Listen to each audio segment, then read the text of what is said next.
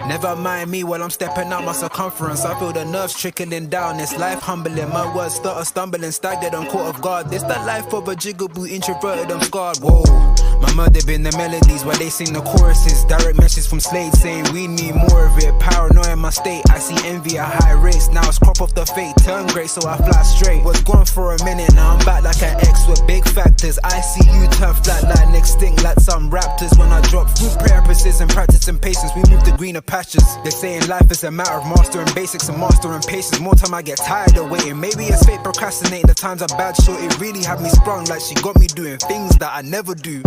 You thought that we connected when in fact it was trauma bonding. Just leave it up to me to break the rules, never corresponding. My childhood filled with fence climbs and knee scrapes and bikes and kicking it by the street signs. The older I get, I'm trying to lessen any screen time. The bounce back heavy, I rock steady on climb. This one's a fucking loop. The news will pick and choose whatever truth they wanna give to you. I cannot stomach it, so I poop. Oops. When life turns sweeter, the lemon mouths get louder. But I'm amplified with ghosts from God like that boy Fowler. Working like I got that point to prove. But truth be told, the proof is right in the pudding, no point to lose. 60 for the crepes, yeah, I did that just because. She expected more, girl, you know I'm saving up.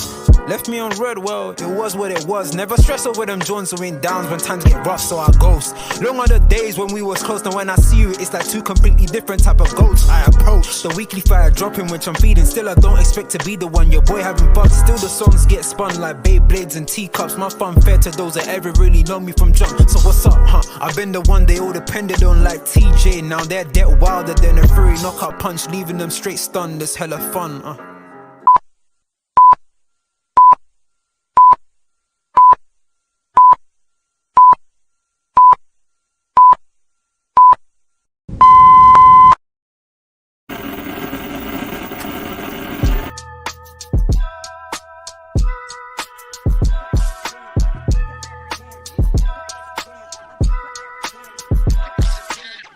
Through the lot, now you know I'm coming through. When the growth look good on you, best believe they wanna screw now. I've been trying to climb, devil threw me in the dark. Baby, don't be insecure, you can still go make a mark like blow. Could never let them drain my soul now.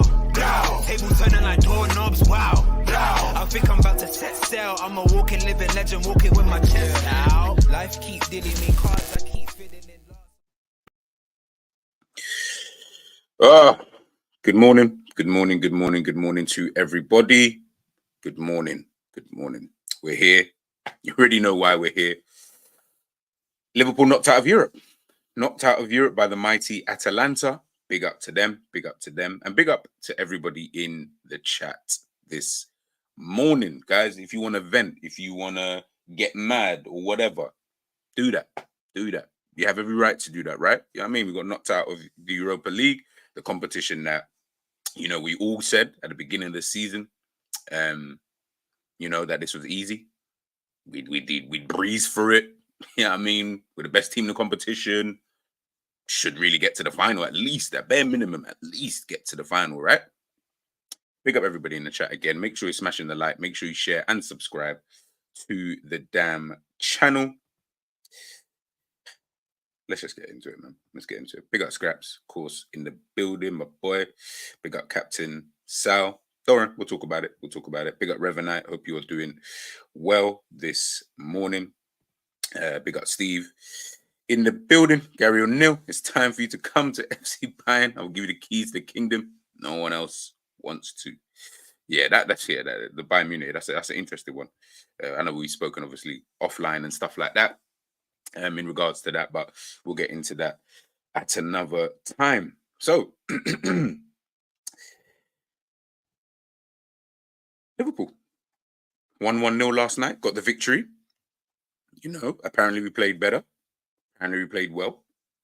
You know, Klopp was happy with the win anyway, with the performance, so to speak. Van Dijk, so to speak. But we're out of Europe. We're out of the Europa League. I honestly, I don't even know really where to kind of start, like how to kind of, you know, unpack all of it, if I'm being 100% honest with you. Like, I was sitting there this morning just thinking, you can go one of two ways, right? You can go one of two ways. You can do one of the, you can do the rant thing, which, to be honest, usually I don't really agree with rants in terms of when people rant and stuff like that.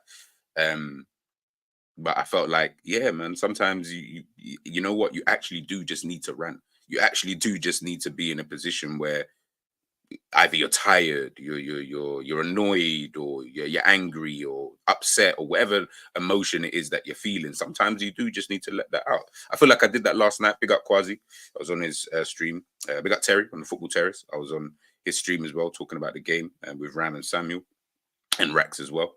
And then obviously chatting after that with Quasi, talking about the game. All right.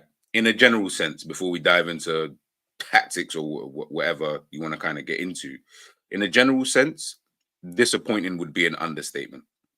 That would be an understatement. I would say more embarrassment, to be honest with you, and not an embarrassment that we lost to Atalanta. I don't mind losing to Atalanta. They're not a rubbish team. You know what I mean? Like, clearly they're not a rubbish team. They came to Anfield and slapped us 3-0, put the pad down settings.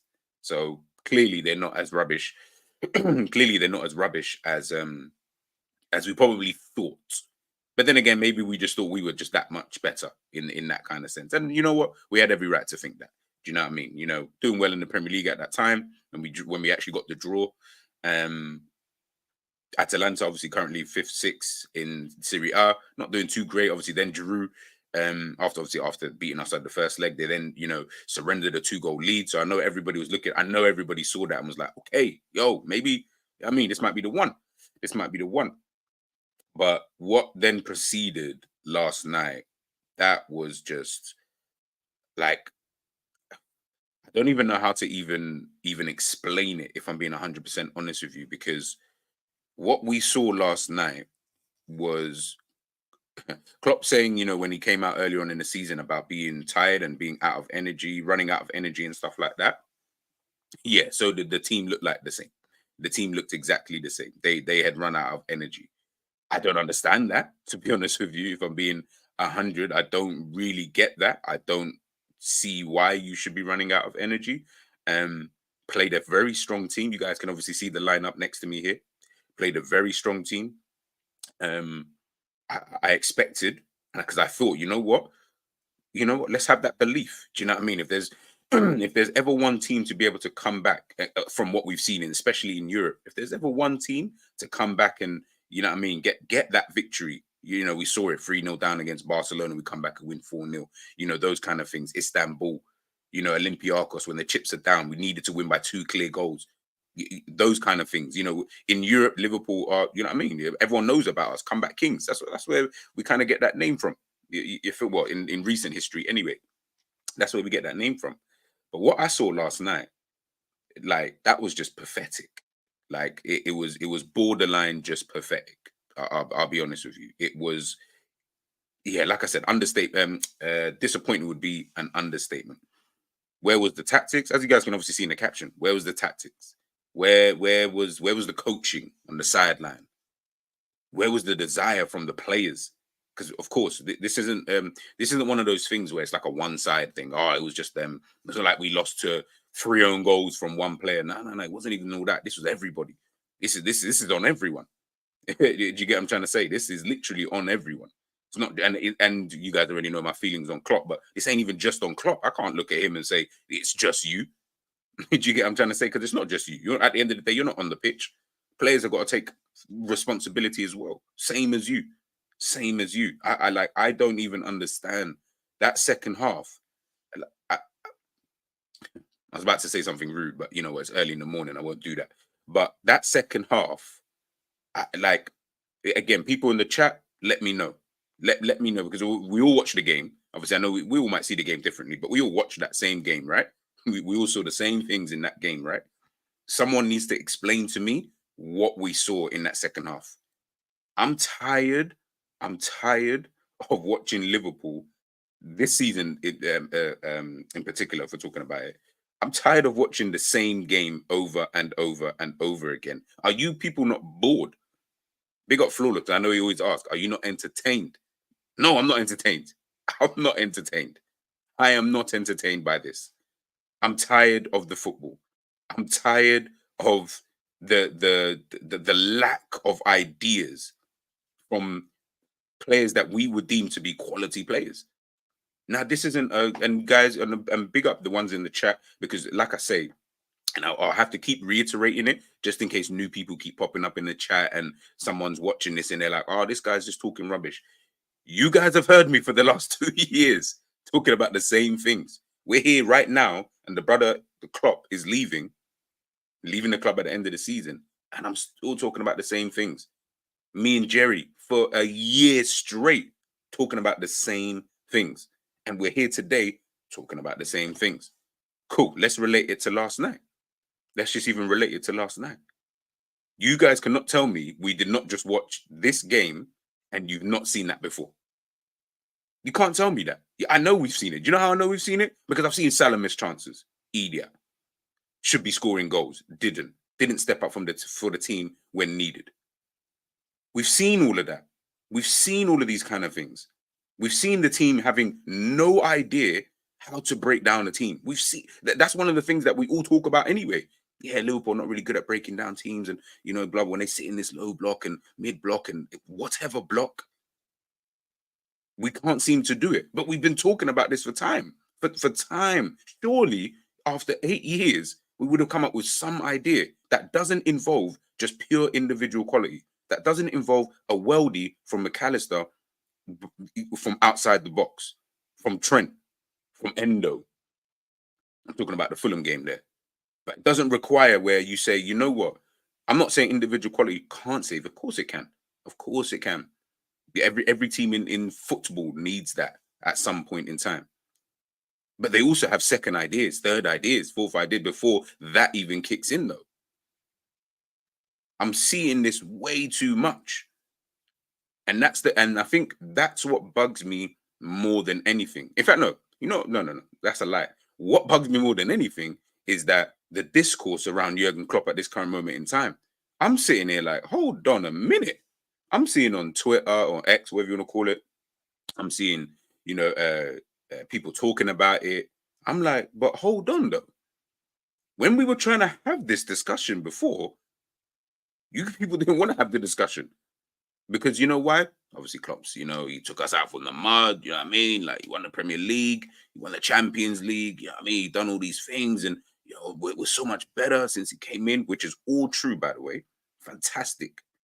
But you cannot tell me in this period of time, we have not seen this flipping game over and over and over and over again. I'm tired, bro. I'm actually tired. like it's boring, bro. It's actually boring to keep talking about this every single time. Every single time, bro. I don't think you understand. Like, it's a constant thing every single time. Man's talking about the same thing over and over again. Nothing new for years now. I'm not going to say the whole time because, of course, not. You already know. I 18, 19, 19, 20. Yeah, bro. Those 2 seasons, Liverpool won some serious type of smoke. 2 out of what's that, 9 seasons or whatever it is. 2 out of 9 seasons or 8 seasons. I can't remember exactly how much. 8.5, whatever you want to call it. Less than half of the time you've been here, I can really only count 2 seasons where I'm like, nah, that was serious, Let me get into the comments, man. We'll get into the comments. We got Revenant. Those stale tactics were terrible. Trying to pass the team to death from 3-0 down. Scraps, how did anyone expect anything different when Klopp came out before the game and said himself the approach/tactics wasn't the issue? Yeah, read that out. Just as I expected. Strasbourg Steve, I never thought Liverpool was going to win the Europa League. People forget that football always has many surprises. Of course. Again, I spoke about this at the beginning of the season when we drew USG, Toulouse, and I can't even remember the other team that was in our group now. Bro, I don't even care. I said that. I said, bro, like, we can't just sit here and act like. I'm not saying. Listen, we are the best team in that. If you just looked on paper, of course we are. Us, Bayer Leverkusen, at the time, obviously, I would have looked at us, Bayern Leverkusen. Maybe Brighton could have done a thing if they were performing a little bit better this season under De Zerbi. Can't really remember the other teams that I was looking at, but I just know I looked at us and Bayern Leverkusen at that moment in time, and I was like, okay, cool, yeah. Like, I think we should be the teams, going quite far in this competition. Definitely not being knocked out by Atalanta in the quarterfinals. No, and again, with no disrespect, because when we now look at the context of those 2 games, they were easily the better team. 100%, easily the better team. Did their job professionally, you know, all of that kind of good stuff. And I don't want to, by the way, I don't want to stray away from that. I don't want to take nothing away from Atalanta, because I feel like that's maybe where we're kind of heading down that road where, you know, we're not giving them enough credit, when the reality is, bro, they came to Liverpool, slapped us 3-0 and lost 1-0 last night, and they still looked like they were in full control throughout the entirety of the game. It didn't even look like it phased them when they went 1-0 down.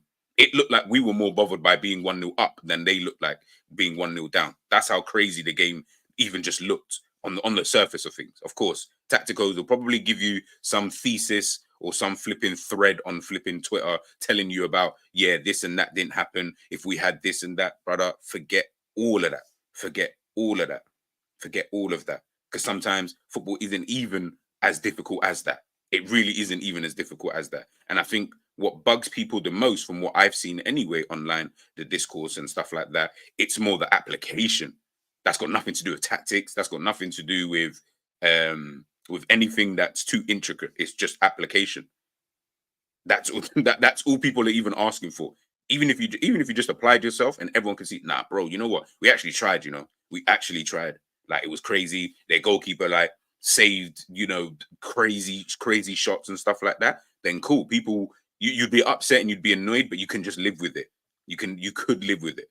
A bit like when we lost to Real Madrid. As much as I'll blame tactics, definitely, for that game, I can kind of live with it, because I'm like, brother, Couture had a crazy game that game. Like, the game of his life.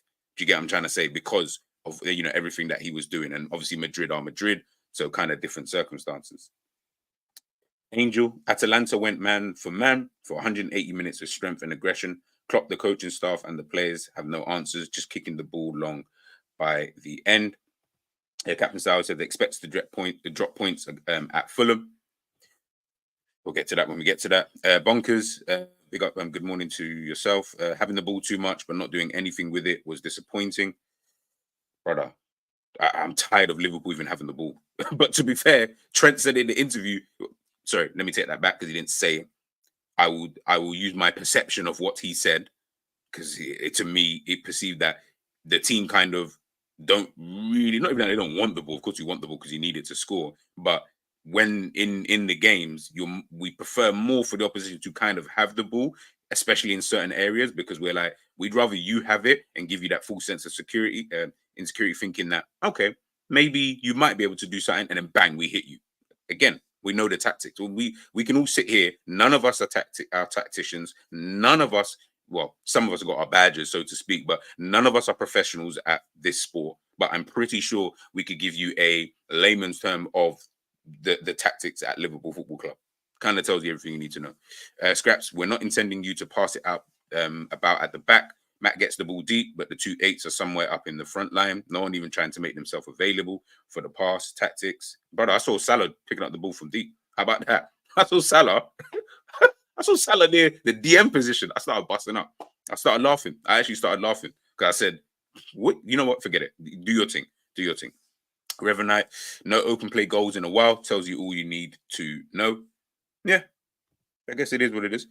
Scraps, and even the goals in the Sheffield and Brighton game were laboured.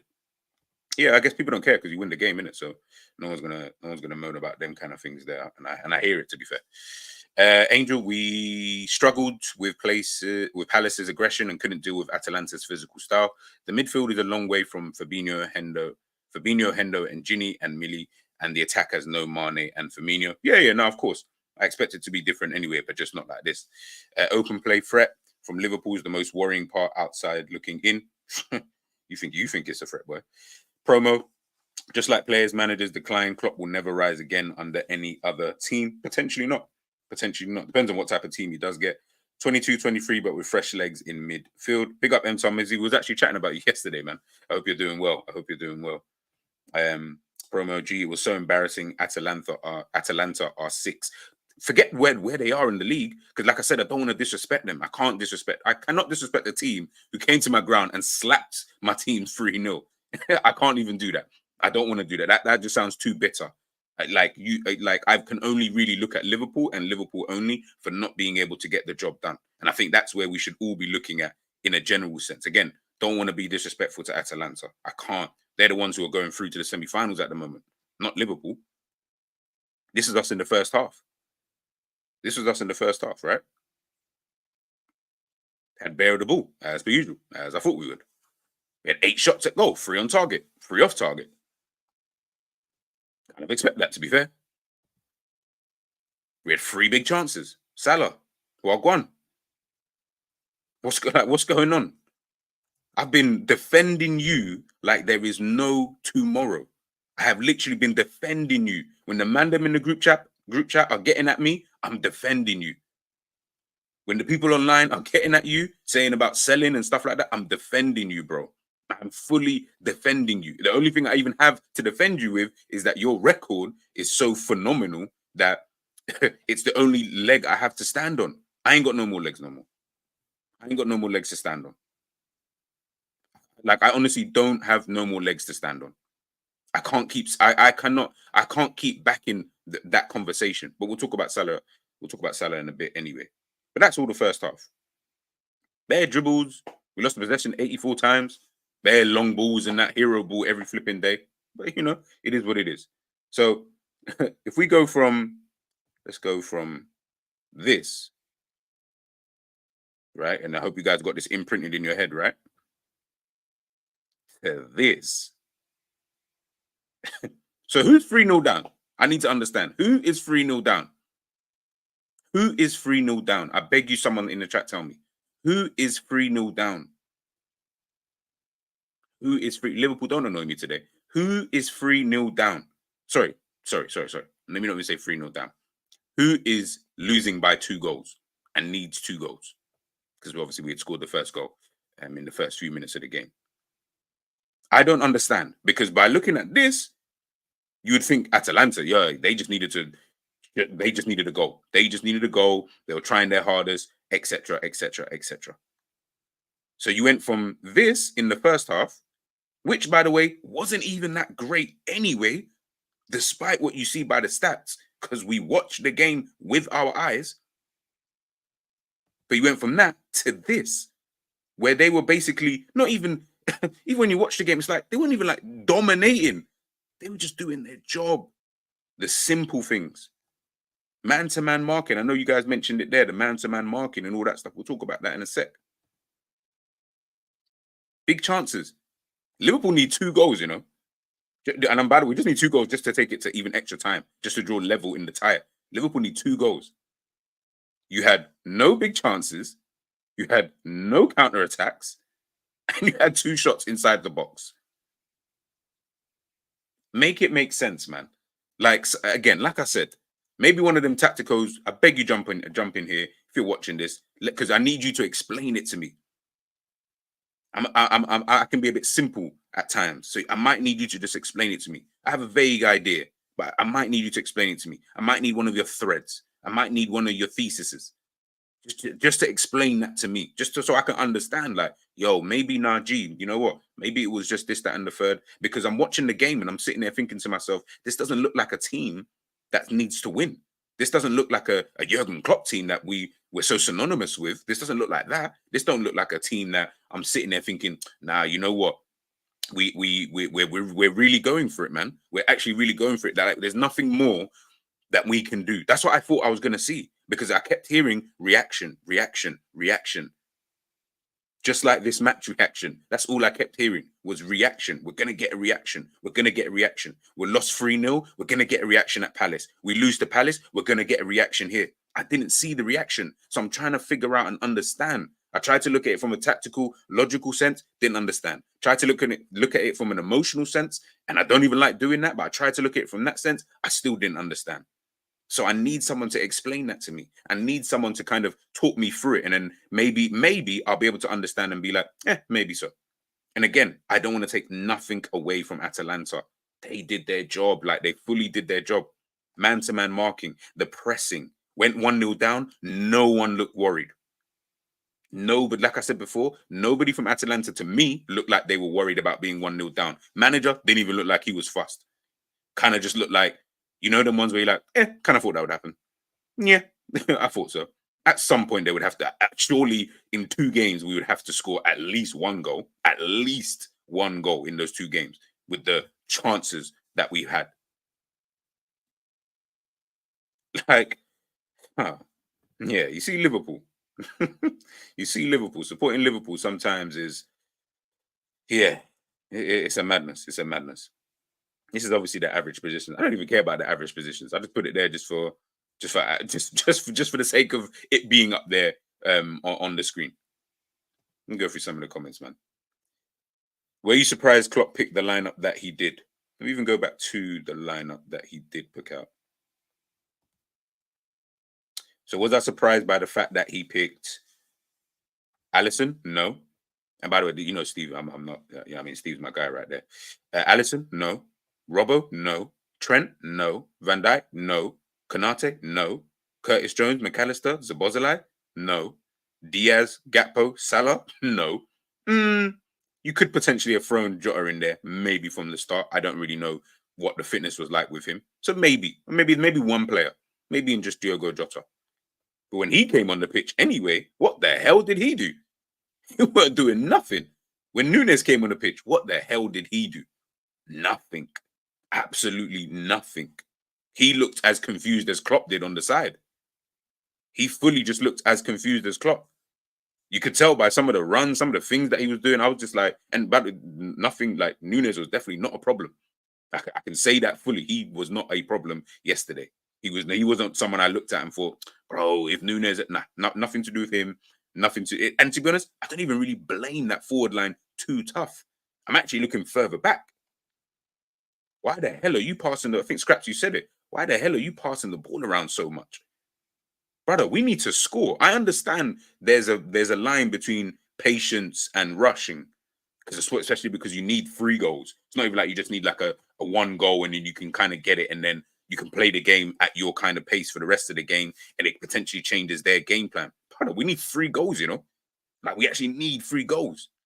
Again, Salah, big chance. I'm sorry, bro. I'm sorry. I cannot defend that. I can't defend that, bro. That was disgusting. That was that was crap. I'm trying my hardest not to swear, by the way. But that was crap. That was crap. Like, what the hell? Like, what? It's not just the lineup. The cult of Klopp blaming FSG again. Yeah, I saw it. I was like, FSG? What does FSG have to do with Liverpool playing against Atalanta and flipping Italy? What does that have to do? This is what I'm talking about. It's like, I'm in my mind, I'm like, bro, stay focused. Stop being distracted by whatever it is you're distracted. Got the mind of a baby, some of these people. Like, I don't even understand. When babies, you put something in front of their face. I did that to my son when he was when he was young. Put something in his face. If I put something else there, his mind will just start to wander straight away. Will just start to wander. That's exactly what people are doing when they mention FSG. FSG has nothing to do with this. Like literally nothing. You know why? You know why I even say that? Because when we were winning and we were top of the league by 5 points, nobody was talking. I didn't see any conversation about FSG. Big up ends in the chat because I think we spoke about this. We didn't see any conversation about FSG, like nothing.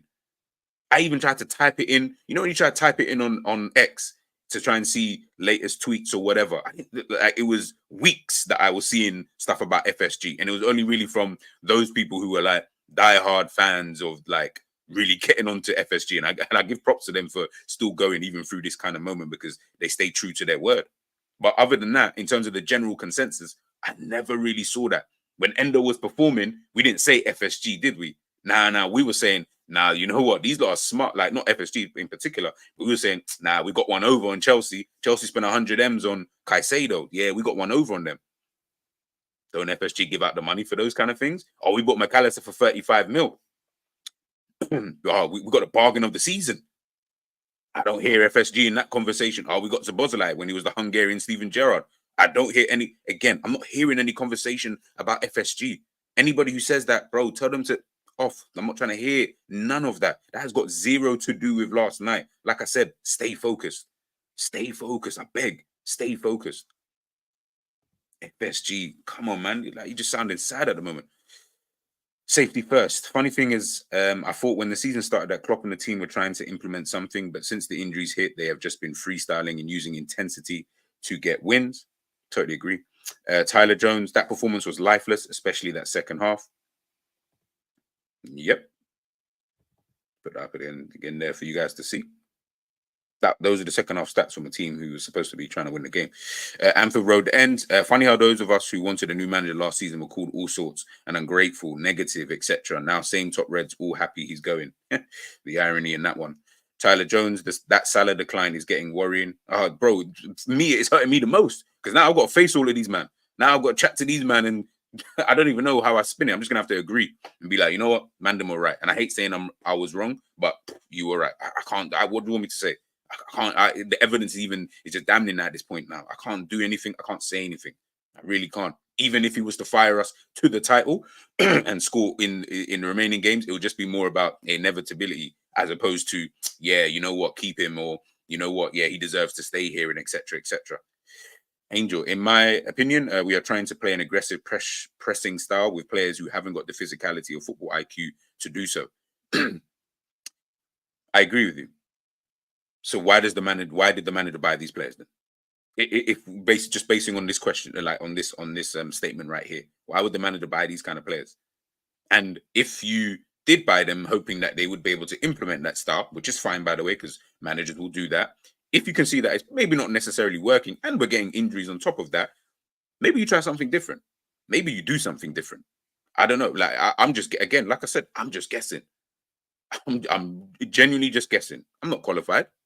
I don't know. I'm just a fan. I'm just a fan of a team who got knocked out by Atalanta. That's all.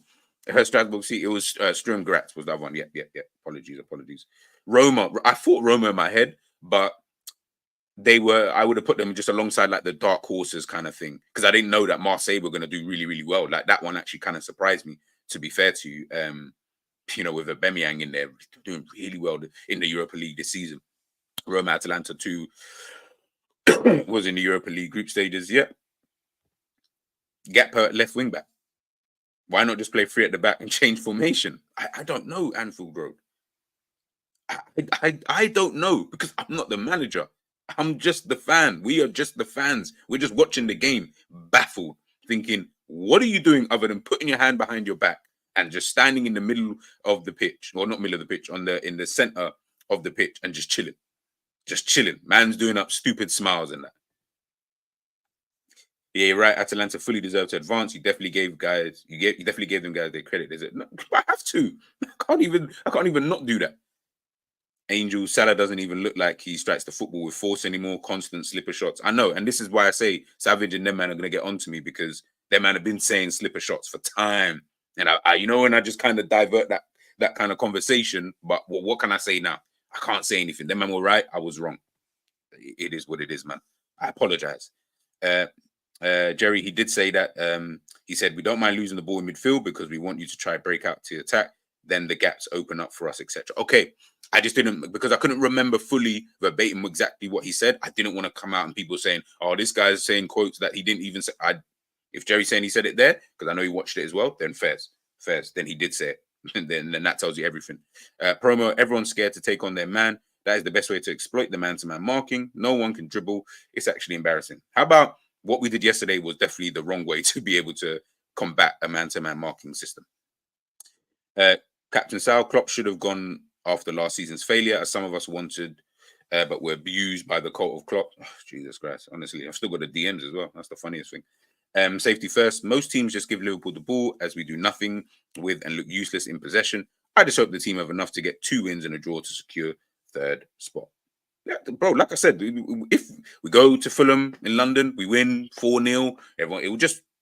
And to be honest with you, you're at that point now where it's like, I just need you to win the games anyway. Like at this point, I'm just in a position where I'm just kind of like, I don't actually even care like that anymore. I mean, what do you want me to say? What do you want me to do?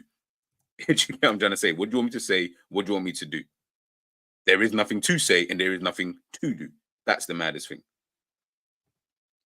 Angel, the improfessionalism in the first lost us the tie. Yeah, 100%. Promo Salah has slowly declined since 17-18. It's as if momentum carried him through after that spectacular season. I agree. He played like such a winger that season, then after became a goal-scoring forward. Yeah. The captains of the donkeys up front just aren't good enough and need to be replaced in the next 2 transfer windows. You know the maddest thing? I don't even really blame them like that. I don't even really look at them and say that they were a major problem, so to speak, because I'm looking at the midfield and I'm asking myself, what the hell are you doing to help this situation? Other than passing the ball around and giving the ball back to Van Dijk, who's going to keep passing the ball around, giving the ball back to Allison. Like, you know, when sometimes either or in certain situations, right? Especially when you're supposed to be a big team like Liverpool. When there's no real idea and, you know, you don't really know kind of how to really combat something, which is fine, by the way. I have no problem with that. Just to reiterate, I've got no issues with that, because teams come up against certain styles. You're like, right, what do we do? I'm then looking towards the coaching staff. I'm looking at you, Klopp, on the sideline. I'm expecting you to change something to at least try and affect what is going on. You then proceeded to then take off Mohamed Salah, Trent Alexander-Arnold, and Andrew Robertson. I'm going to say it again, just in case you missed that. You then proceeded to take off Mohamed Salah, Trent Alexander-Arnold, and Andrew Robertson. I'm confused. I'm genuinely confused. You play Gakpo as whoever just said it there. You play Gakpo at left wing back. Big up Dan for coming on, by the way. Angel, our most used passing triangles, Kanate, VVD, back to Allison. I hate, like I hate the way we play anyway, but I hate that triangle. I hate it, bro. I don't even understand why we keep doing it. It is the most stupidest thing that you ever see. Why are you doing that, bro? But again, when you ain't got no idea what to do, and you look to the gaffer and he ain't got no idea what to do, just run whatever you think you know. Promo, other clubs will have watched this and implement the same. Kolasinac looked like Kolasinac looked calm yesterday. He looked like he was like, oh, this Liverpool, that's crazy. Morning, Neil.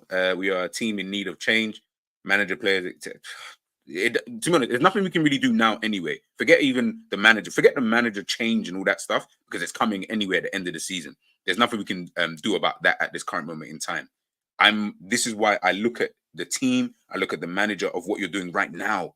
I don't care about the future, because that's being changed anyway, right? I'm more worried about what you're doing right now.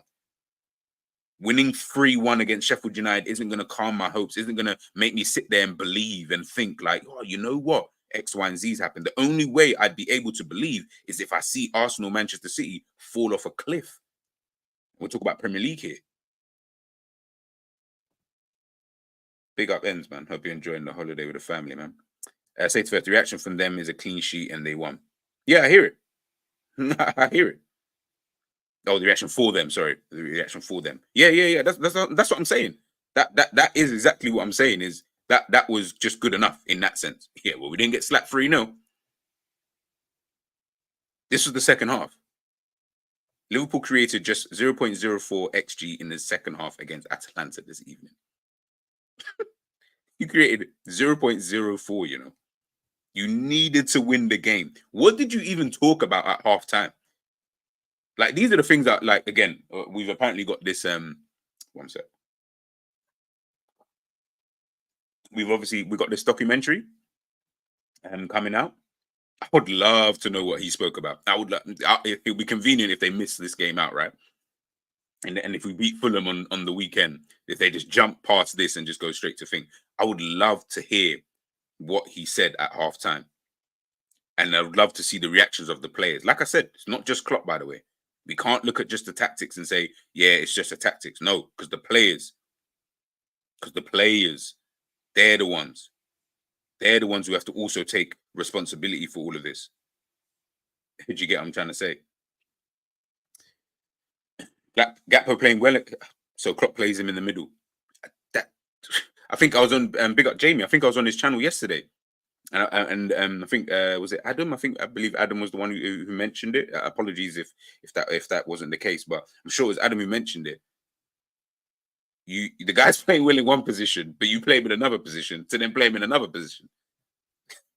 Yeah, you're actually just jokes. Kevin Hart ain't got nothing on you. Angel, Atalanta are bigger, stronger, and more aggressive and fitter than us. Isn't fitness and pressing supposed to be our strong point? Yep. Literally our ethos.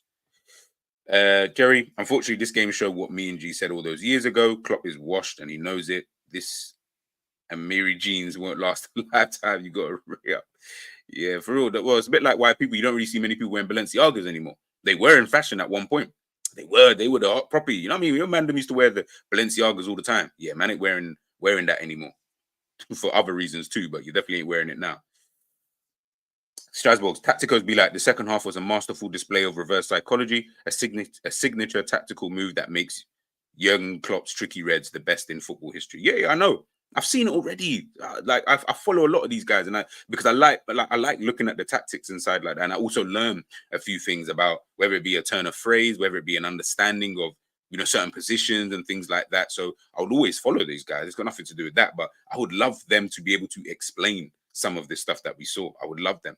Love it. Fast forward to the summer. I can't watch this dead football anymore. Tyler Jones. I'm not even an FSG fan, but they have been doing well lately. Hey, I thought the same too, bro. I thought the same too. Like I considered them. I've never been an FSG in or out, as in I don't really care what they do. I don't know enough about finance to give that kind of opinion on what they're realistically doing. It would only really be coming from like a selfish point of view. Do you know what I mean? In terms of where I'm like, yeah, but I want you to spend more money and but I don't understand the money that they are spending. I don't understand the money that they're where they're putting the money, how much things cost, and all these other extra things. I don't get it. So that's why I've always tried to stay away from that kind of conversation. Let's just stick to the football. Something I've played, something I know a lot more about, something I read about. Let's just stick onto things like that. And I'm a fan of the game. So yeah. Neil H. I crave a new manager, player tactics. Listen, man, I do. Can't lie, G. Losing the quarters of a comp you were heavy favourites is a massive failure. Of course. Oh, yeah, no. Liverpool can't hide. Can't say it's not a failure because prior to the season, if we're going to do the before the season expectations, Liverpool were the favourites. Throughout the season, Liverpool were the favourites.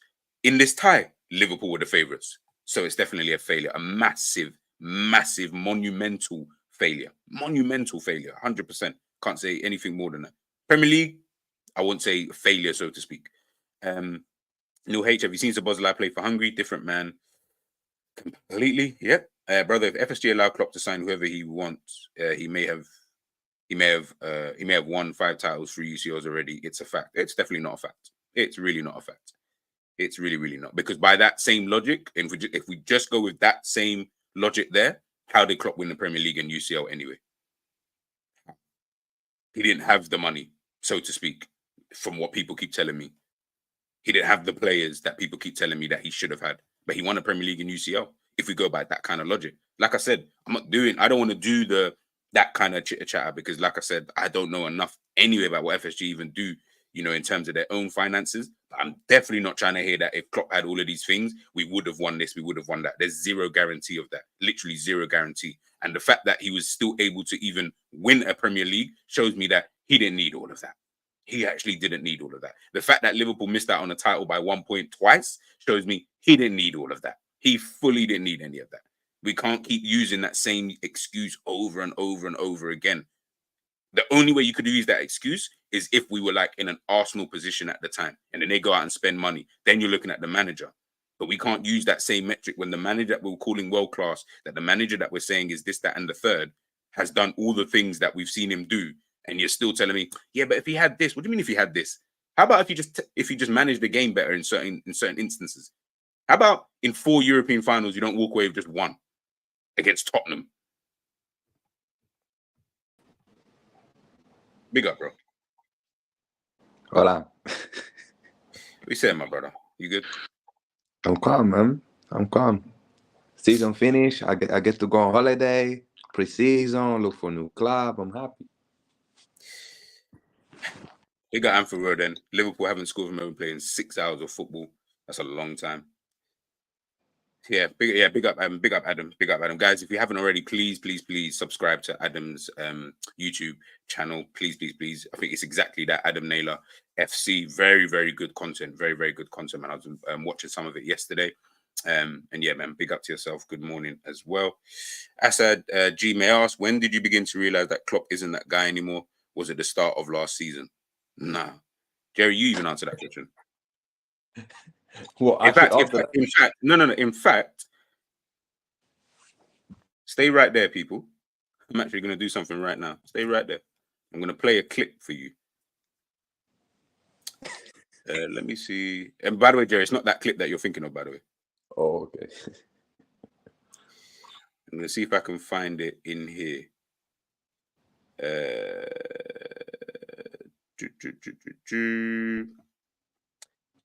Let's share screen. Let's go to Jerry's YouTube channel. You got your intros on everything, haven't you?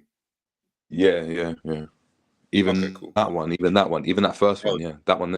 Yeah, okay, Well, cool. Yeah, let me just unmute that. It does kill it. We raised the decision to play Thiago. Klopp doesn't change the system since move back left. You don't want to change from the 4-3. Play Thiago. We raised the decision to play Thiago.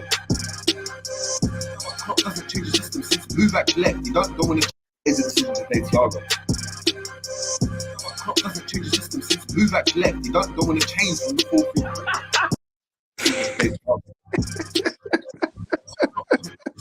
Move back left. You don't want to change from the 4-3. I hope that answers your question, Asa. I really hope that answers your question. Big up KVJ in the building. Hope you're well this morning. And for Roden, Klopp said this last week, other managers collect trophies, I collect relationships. Big up Rayan, by the way. No, yeah.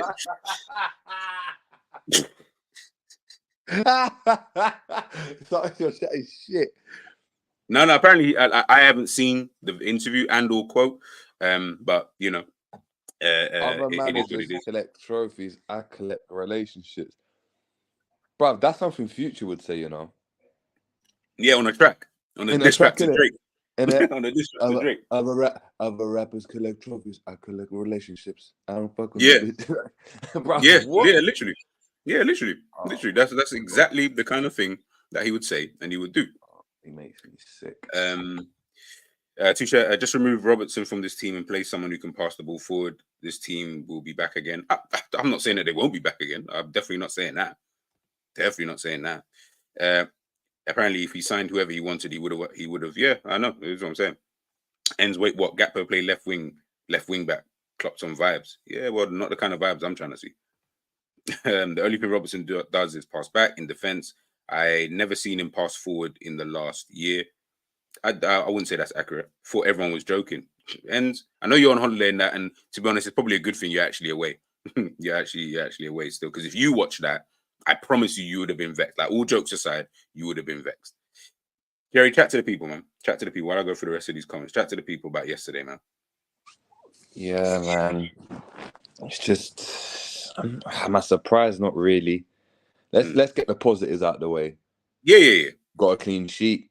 We scored a goal, the clean sheet, and we won in it. So that's a positive. Obviously, we didn't lose the tie in this game. We lost it, obviously, at home. I agree with that. Like, losing 3-0, the game was done. Like, do you know what I mean? Before the game, we were saying, look, we're not going to win this game. So the fact that we didn't win it, I'm not surprised.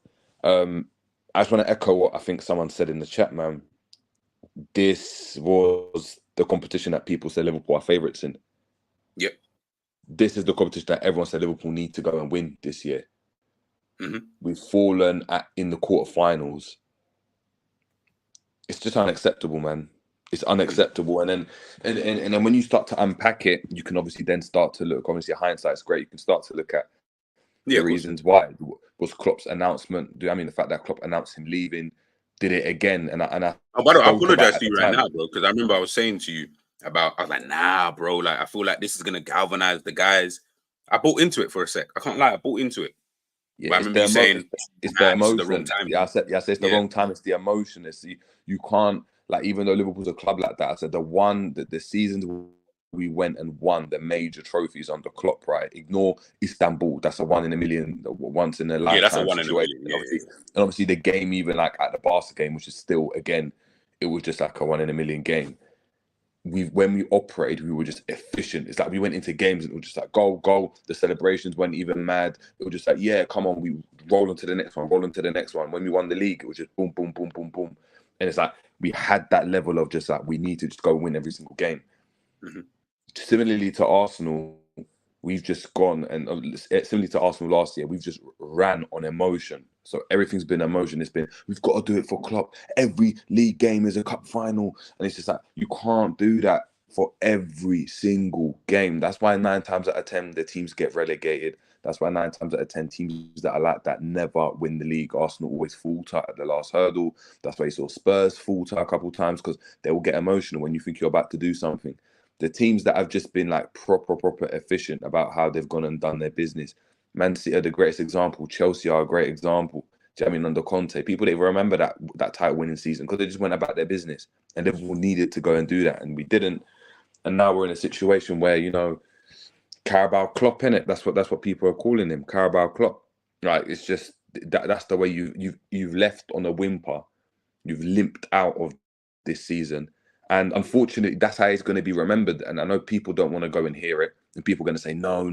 But you're only as good as your last match. You're only as good as your last fight. And people are always going to, like, no one looks at Mourinho. If I said to you, yeah, let's get Mourinho in, no one looks at it and is like, oh, rah, like, yeah, let's get Mourinho in because of what he's done in the past. Or you don't do that because you're only as good as your last, your last performances, and he's just not been good enough. I think, like, if I'm being honest, I thought he checked out last season, innit? Like, all these like praying hands and I'm sorry fans, it's my fault. Like, for me, you already checked out, innit? You've checked out, and he's just not a guy. Unfortunately, he's not a Pep, innit? He's not obsessed with winning. He's not obsessed like this. For him, he's spoken about it loads of times. There's more to life than football. There's this. You know what I mean? Someone just said there, I collect relationships. Other managers collect trophies. That's fine, isn't it? Like, some people, again, enjoy the journey more so than the destination. But if the destination, which I understand, by the way, to, yeah, which is fair. Like, I'm not gonna criticize that because everyone's got their own kind of feelings of how life works. But when you're looking at, like, if you're in a camp where you just want to win, right? And I was at a point where I just wanted Liverpool to win, just to win. I don't care how. I don't care. Do you know what I mean? I don't care if we play 5 at the back. I don't care if we go mad defensive. I like defensive football anyway. Like, I don't care. I just wanted to win, right? Other people don't want to go and do that, so I understand that. But if you're in a camp where you just want to win, you need a mentality. Unfortunately, like, the best people to ever do it in life: Michael Jordan, flipping Ronaldo, Messi, Pep Guardiola, whoever else you want to go and put into that category. Yeah, they were obsessed with winning. They were obsessed with winning to the point where, like, LeBron, he's not going to retire until he gets that beats MJ's record of how many MVPs he's got and stuff, because he's obsessed with being the best. Klopp isn't obsessed with being the best. Even in the interview, Trent Alexander-Arnold's one, he spoke about it and just said, you know, like, Klopp said, like, the gaffer, he was like, Jurgen's always said, you know, we don't want to be the best team. We want to be the most difficult team to face. You know, we want to give everything we can on the pitch. Then it's your experiences kind of shape your mentality. And obviously Klopp wasn't the best player. Coming up, he wasn't like the best manager. It wasn't like he was at Mainz and he was like some big prodigy. Obviously, he had to build himself up, but he was always the underdog. So he knew he wasn't the best, but he had to go and work with what he'd done. And that's what makes Klopp, right? But when you get to a certain level, it's like, now you're competing with the guys that are obsessed with it. And when he's competing with, because he's got to that level, unfortunately, he's competing with Pep, right? Just if you just focus on the league, Pep is obsessed. Pep is crying, saying we cannot replace Aguero, and then he gets Haaland. Like, he's there and he's going, oh, Karabuki, this, that. He's telling Calvin Phillips, you're fat. Live, like, he doesn't care. And Michael Jordan was the same, and yes, it can rub people up the wrong way. He was always beef, man. Exactly. Mourinho, another one, used to beef people because all he cares about is winning. I don't care about your feelings. I don't care about anything like that, because we just want to go and win. And that's the difference, innit? And it's those small margins. It's those small margins. So, you know, not everyone's like that. It doesn't mean he doesn't care. It doesn't mean that he's not, like, fixated or he doesn't want us to win 100%.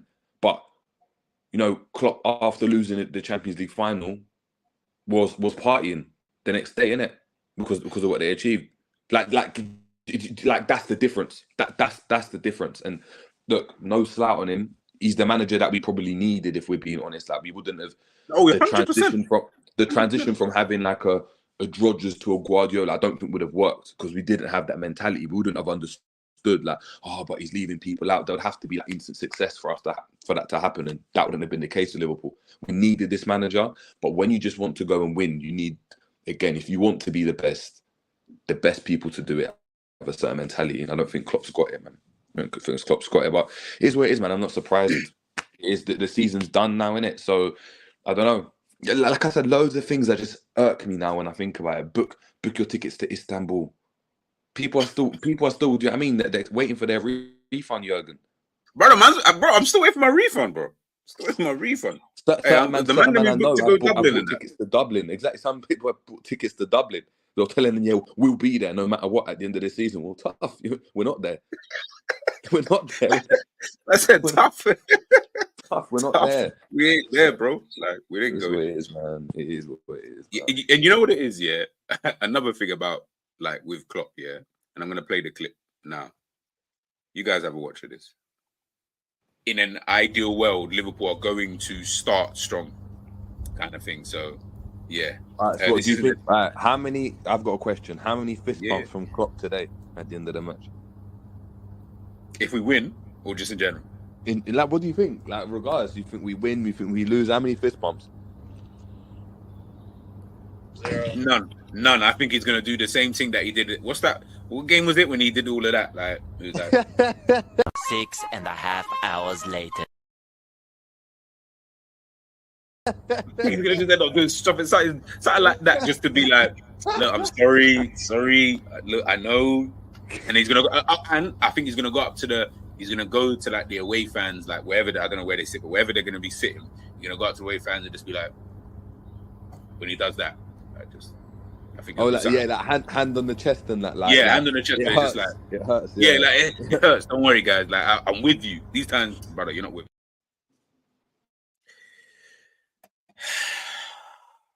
It's the inevitability about Jurgen Klopp, I think, that bugs me more than anything. When I'm sitting here and I know what is going to happen next, I promise you, other teams will also know. Might not be able to always stop it, a bit like Iron Robin at times. Know what he's going to do. Know he's going to cut in from that right-hand side. But can you always stop it? Not necessarily. But from when I'm sitting here and I was able to relay everything you guys just saw there, I'll play it again. In an ideal world, Liverpool are going to start strong, kind of thing. So, yeah. All right, so what do you think? How many? I've got a question. How many fist bumps from Klopp today at the end of the match? If we win, or just in general? Like, what do you think? Like, regardless, you think we win? You think we lose? How many fist bumps? None. I think he's going to do the same thing that he did. What's that? What game was it when he did all of that? Like, it was like 6.5 hours later. He's going to just end up doing something like that, just to be like, look, I'm sorry. Look, I know. And he's going to go, and I think he's going to go up to he's going to go to like the away fans, like wherever, I don't know where they sit, but wherever they're going to be sitting, he's going to go up to away fans and just be like, when he does that, I think. Like hand on the chest and that, like. Yeah, like, hand on the chest. It Just like it hurts. Yeah, like it hurts. Don't worry, guys. Like I'm with you. These times, brother, you're not with me. It's the inevitability, bro. That's what kills me the most about with Klopp. Like, you know, when like, and that, I think that's what like makes me angry when I think about it, because I'm just sitting there thinking, you shouldn't be this predictable, bro. Like, I shouldn't be sitting here knowing almost everything, single thing that you're going to do, you're almost going to say, however you're going to say it, what you're going to do on the pitch. But anyways, back to the game. First half, second half, Jerry. When we do look at the first half in itself, how did you think that went? And then we'll look at the second half afterwards. If I'm being honest, I think the first half went well. I mean, we could have obviously scored. It would have been ideal to score another goal. But we scored an early goal. We dominated the game. I think tactically, we actually done well. Like, I think we done well. I didn't have any graps in that first half. I think the way we were rotating, I think Soberslies, there was actually a couple of times where, you know, Alisson had the ball and they're allowing Alisson to have the ball because they're going man for man. And obviously, Alisson's the one that's going to be free because he's the one on the ball and they're going man for man everywhere. And what Soberslies done, he's pulled out proper wide and he's like telling Salah, drop in here. and then Salah does like a double movement, I pretends to go long, comes short. He gets the ball in like that DM position, right? Soboslai, as soon as that happens, sprints into that space that Salah's left. Salah gives the ball to Trent, and Trent plays a ball over the top, and we get in that way. And I think then he gives it back to Salah, and then we start combining. And I was like, all right, this is the movement I'm talking about. Is that there's, do you know what I mean? There's freedom within that team to kind of get on the ball in different positions, but also understanding, all right, if my man's following me, how can I make it difficult for my man? I might not get the ball, but I'm going to sprint around. And you know what I mean? I'm always going to have the advantage of with the man for man, the negative like aspect of man for man, and that's whether you're doing set pieces or even like playing fives or whatever, is the person that's, I guess the team that's on the ball always has the advantage because I know what I'm going to do before you do. So it doesn't matter how fast you are, G. Like, doesn't matter how fast. If I just go and I just wait and then all of a sudden I just move, I'm standing still and I move, I've got a yard on you already. All I need is a yard to go and play a one-touch pass, and then you can't get near me. And I think that the likes of like, obviously Sergio Busquets, they're an example of that because that's what they do in the middle of the park. They don't sprint around like that, and there'll be a man next to them, but you can't get near them because they're just showing quickly. They'll stand around, they'll stay in the same spot, and then they'll just move quickly, get the ball, one-touch pop, and you're like, oh man, I could have got there, but you can't read it. We've done that quite well. We got the early goal. Trent's influence, like I said in your preview yesterday, I was like, look, it's to having him on the pitch. He's a game changer, and he's the one that played that long ball into Diaz, and then obviously got the ball back from Diaz, which ultimately led to the handball. So we were working it well. They couldn't really control what Trent was doing. Problem is, Trent wasn't going to last the whole game. Gakpo was doing well. We were combining well. I think it was a good first half. Like if we had been able to keep up that intensity, we may have even got a second goal, man. And then you don't know. Then you never know what's going to happen. Problem is, we couldn't keep it up. And as you said, then we move on to the second half, man. And boy, this is the second half.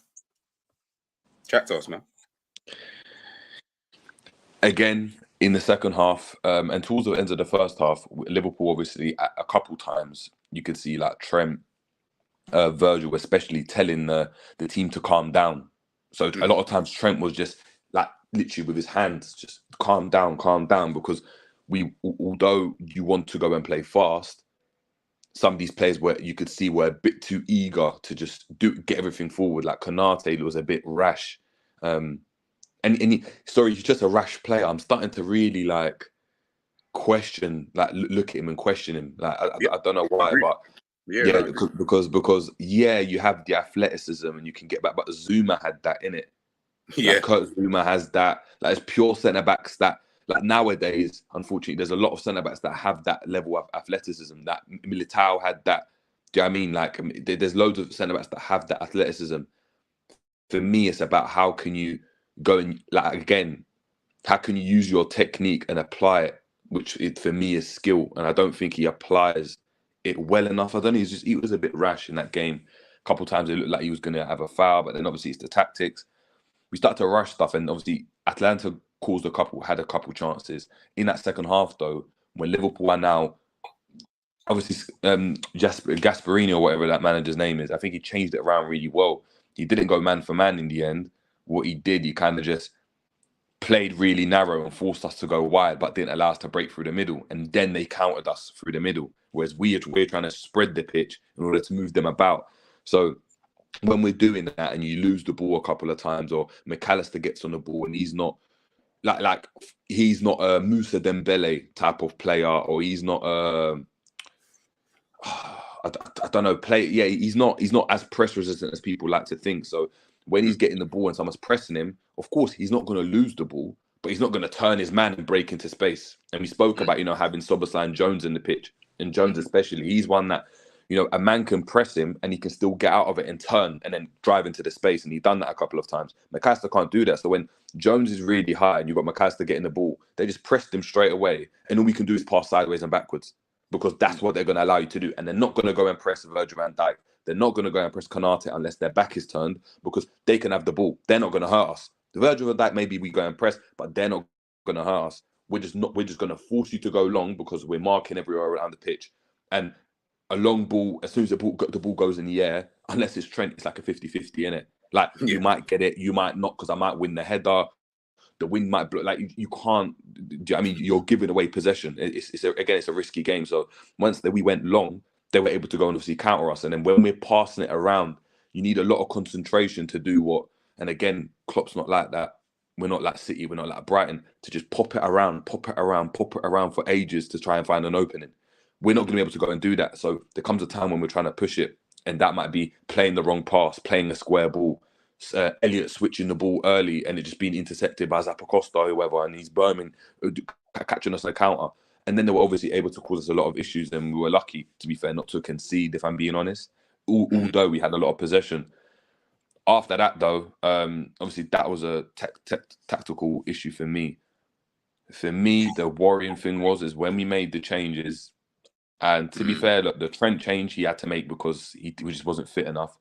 Salah just isn't good enough, and I think that's clear right now, because this is twice now he's been taken off in the 60th minute, where he's had no impact on the game. He had a chance that he should have buried. It's coming off his shin, like, stuff that that would have just gone in. It's not working for him right now. In this last season of Klopp, where you want him to turn up right now at the back end of the season, and for a couple of seasons now he hasn't turned up in the back end of the seasons. I mean, it's been Mane, it's been this player, it's been that player. He hasn't really turned up, so that's worrying. He comes off in the 60th minute, and we bring in obviously Nunes, and a couple of people I saw in the chat and on just socials and stuff were saying, "Listen, Nunes is going to silence us. He's going to silence us." This guy hasn't got a clue, because and the team haven't got a clue, because when it gets to that 70th minute, right, you throw the kitchen sink at it. We're trying to go long in some mad, intricate way. Get to Nunes 1v1, yeah, like up against that fullback, yeah, whoever that Ruggieri or whatever his name is. Pump the ball long. He wasn't even up against it. I think he was more up against Zappacosta, actually, because Zappacosta. But that's my point. But that's my point. Get him up on that side, or even Zappacosta. Get that ball long. Get him to play as a target man. It's not about him scoring right now. And get the ball in that final third where we can then try and go and play the ball around in there.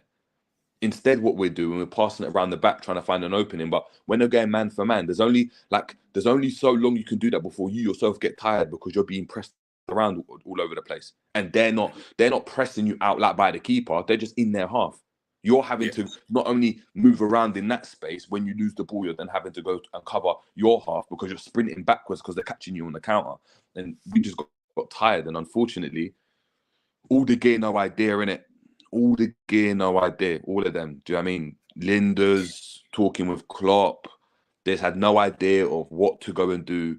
And it was just, again, he said it in his press conference, to be fair, we need something special. And that just sums it up, innit? That we couldn't coach a win in this game, and we just got out-coached. And for anyone that wants to say we didn't get outplayed, we didn't get this, we didn't get that, I think people's perception of how football is played is skewed. You can win football games by not having the ball and being defensive, and you can still outdo a team. If we set up, and I say to you, I'm going to sit in a low block and I'm going to catch you on the counter like West Ham did to Arsenal this season, right? Arsenal had 80% possession. It doesn't matter, because West Ham had their game plan, done it, and they won the game of football, and they outscored you. They outdone you tactically. We got outdone tactically in both games, unfortunately. And yeah, we got a goal, but it was a penalty. Had it not been a penalty, would we get a goal from open play? I don't know. But yeah, that's about it, man. Just to summarize it, it's just, again, no real idea. When plan A doesn't work, plan B, you don't trust plan B, innit? And plan B is not good enough from what we had on the bench. So is where it is, man. We're out. Season done. Klopp 2.0 is over. Well, yeah, technically, I mean, it was going to be over regardless. Like, anyway, I think, listen, I like listening to when we're talking tactics and stuff like that. One of the things that I think I found most interesting was there was two situations, moments, especially in that second half, that I did find kind of interesting. Was one of them was when, I think you mentioned there, when Elliot, I think I said it to you, when Elliot made that run. I can never forget. He made a run, and I cannot remember who it was of Atalanta chased him, said, I'm not leaving him because they're doing the man-to-man marking, but they were doing it like they're doing the literal sense. Wherever he goes, I go. So he obviously, Atalanta know Elliot's making that run to make space for someone to come in, whether it's Bozolai, Jones, whoever. They're just making that space. In that moment, it was for Nunes to then run deep because Alisson had the ball. And obviously, they're not pressing Alisson. They've literally said, we don't need to press the goalkeeper. If we mark everybody else, he's got no one to pass to anyway. So leaving him there is absolutely perfect. When he made that run, I remember just watching Klopp because I was sitting there thinking, all right, cool. You've seen that situation. You've seen Nunes hasn't dropped deep. Fair enough, cool, we move. The next situation was when Alisson had the ball in another move in another phase of play, and everybody was marked. Everyone was marked. Like, there was literally no one to pass to. The only person who was available to even pass to, and he still had someone running up behind him, was McAllister, because he just ran basically to the centre-back spot and said, you know what, let me try and get the ball here. And then Alisson played it to him. He then played it back. He played it, I think, out to Konate, who then played it back. He then chipped it to Konate. Konate tried to go long, well, not long, but he tried to pass it down the line. And I was sitting there this whole time, and I was like, the problem that you guys are going to have anyway within this situation is that, one, there isn't any movement. Regardless of the man-to-man marking, there needs to be at least, and again, I'm not asking and I don't know, but I'm sure there has to be a level of movement within the midfield, the attack, whether it is Nunes dropping deep or whoever was up top at the time, whatever. There has to be a level of movement from everybody because they're doing man-to-man marking. So they're not leaving you alone. So someone needs to move because you can't all stay static. You can't just stay static and pray that, as you say, Trent is going to be able to put it on a sixpence. Alisson is going to basically be able to find that ball literally perfectly to your chest. You're going to be able to knock it down, and then you can play the second ball from there. Like, there has to be and there was zero movement. And I'm looking at the sideline, and I'm like, brother, surely you can see something. And this is why I say I don't place the blame on just Klopp or just the players, because they both had a hand in, obviously, the in the game and how it kind of panned out in that second half. But surely someone's got to be able to see something. I remember you said yesterday, I think when I was chatting to you about players just having no idea. But remember, that comes from the manager, bro. Remember, he's giving you the tactics. If you, Jerry, are the manager and you give me tactics for whatever game we've got on Sunday, right? And you tell me, now, G, obviously you play on the wing, so guess what? I need you to always just stay wide.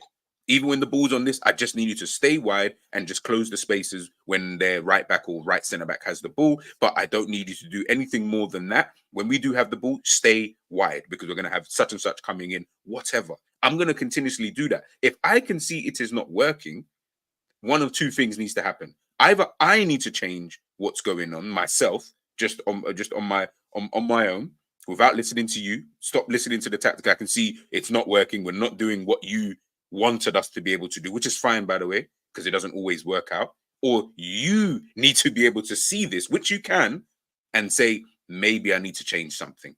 Maybe I need to do something in terms of, okay, you know what? G's just standing out wide and he ain't touching the ball.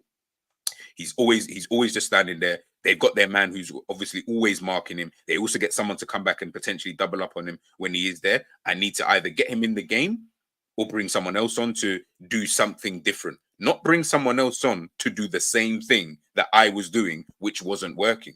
That's the issues I was looking at yesterday.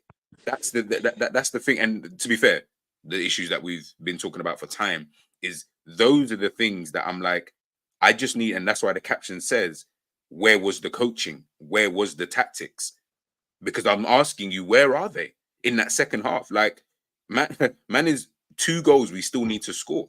And your second half proceeded with Atalanta having a better second half than you, playing more or less the same way. I think the problem, like, I hear what you're saying. I think, look,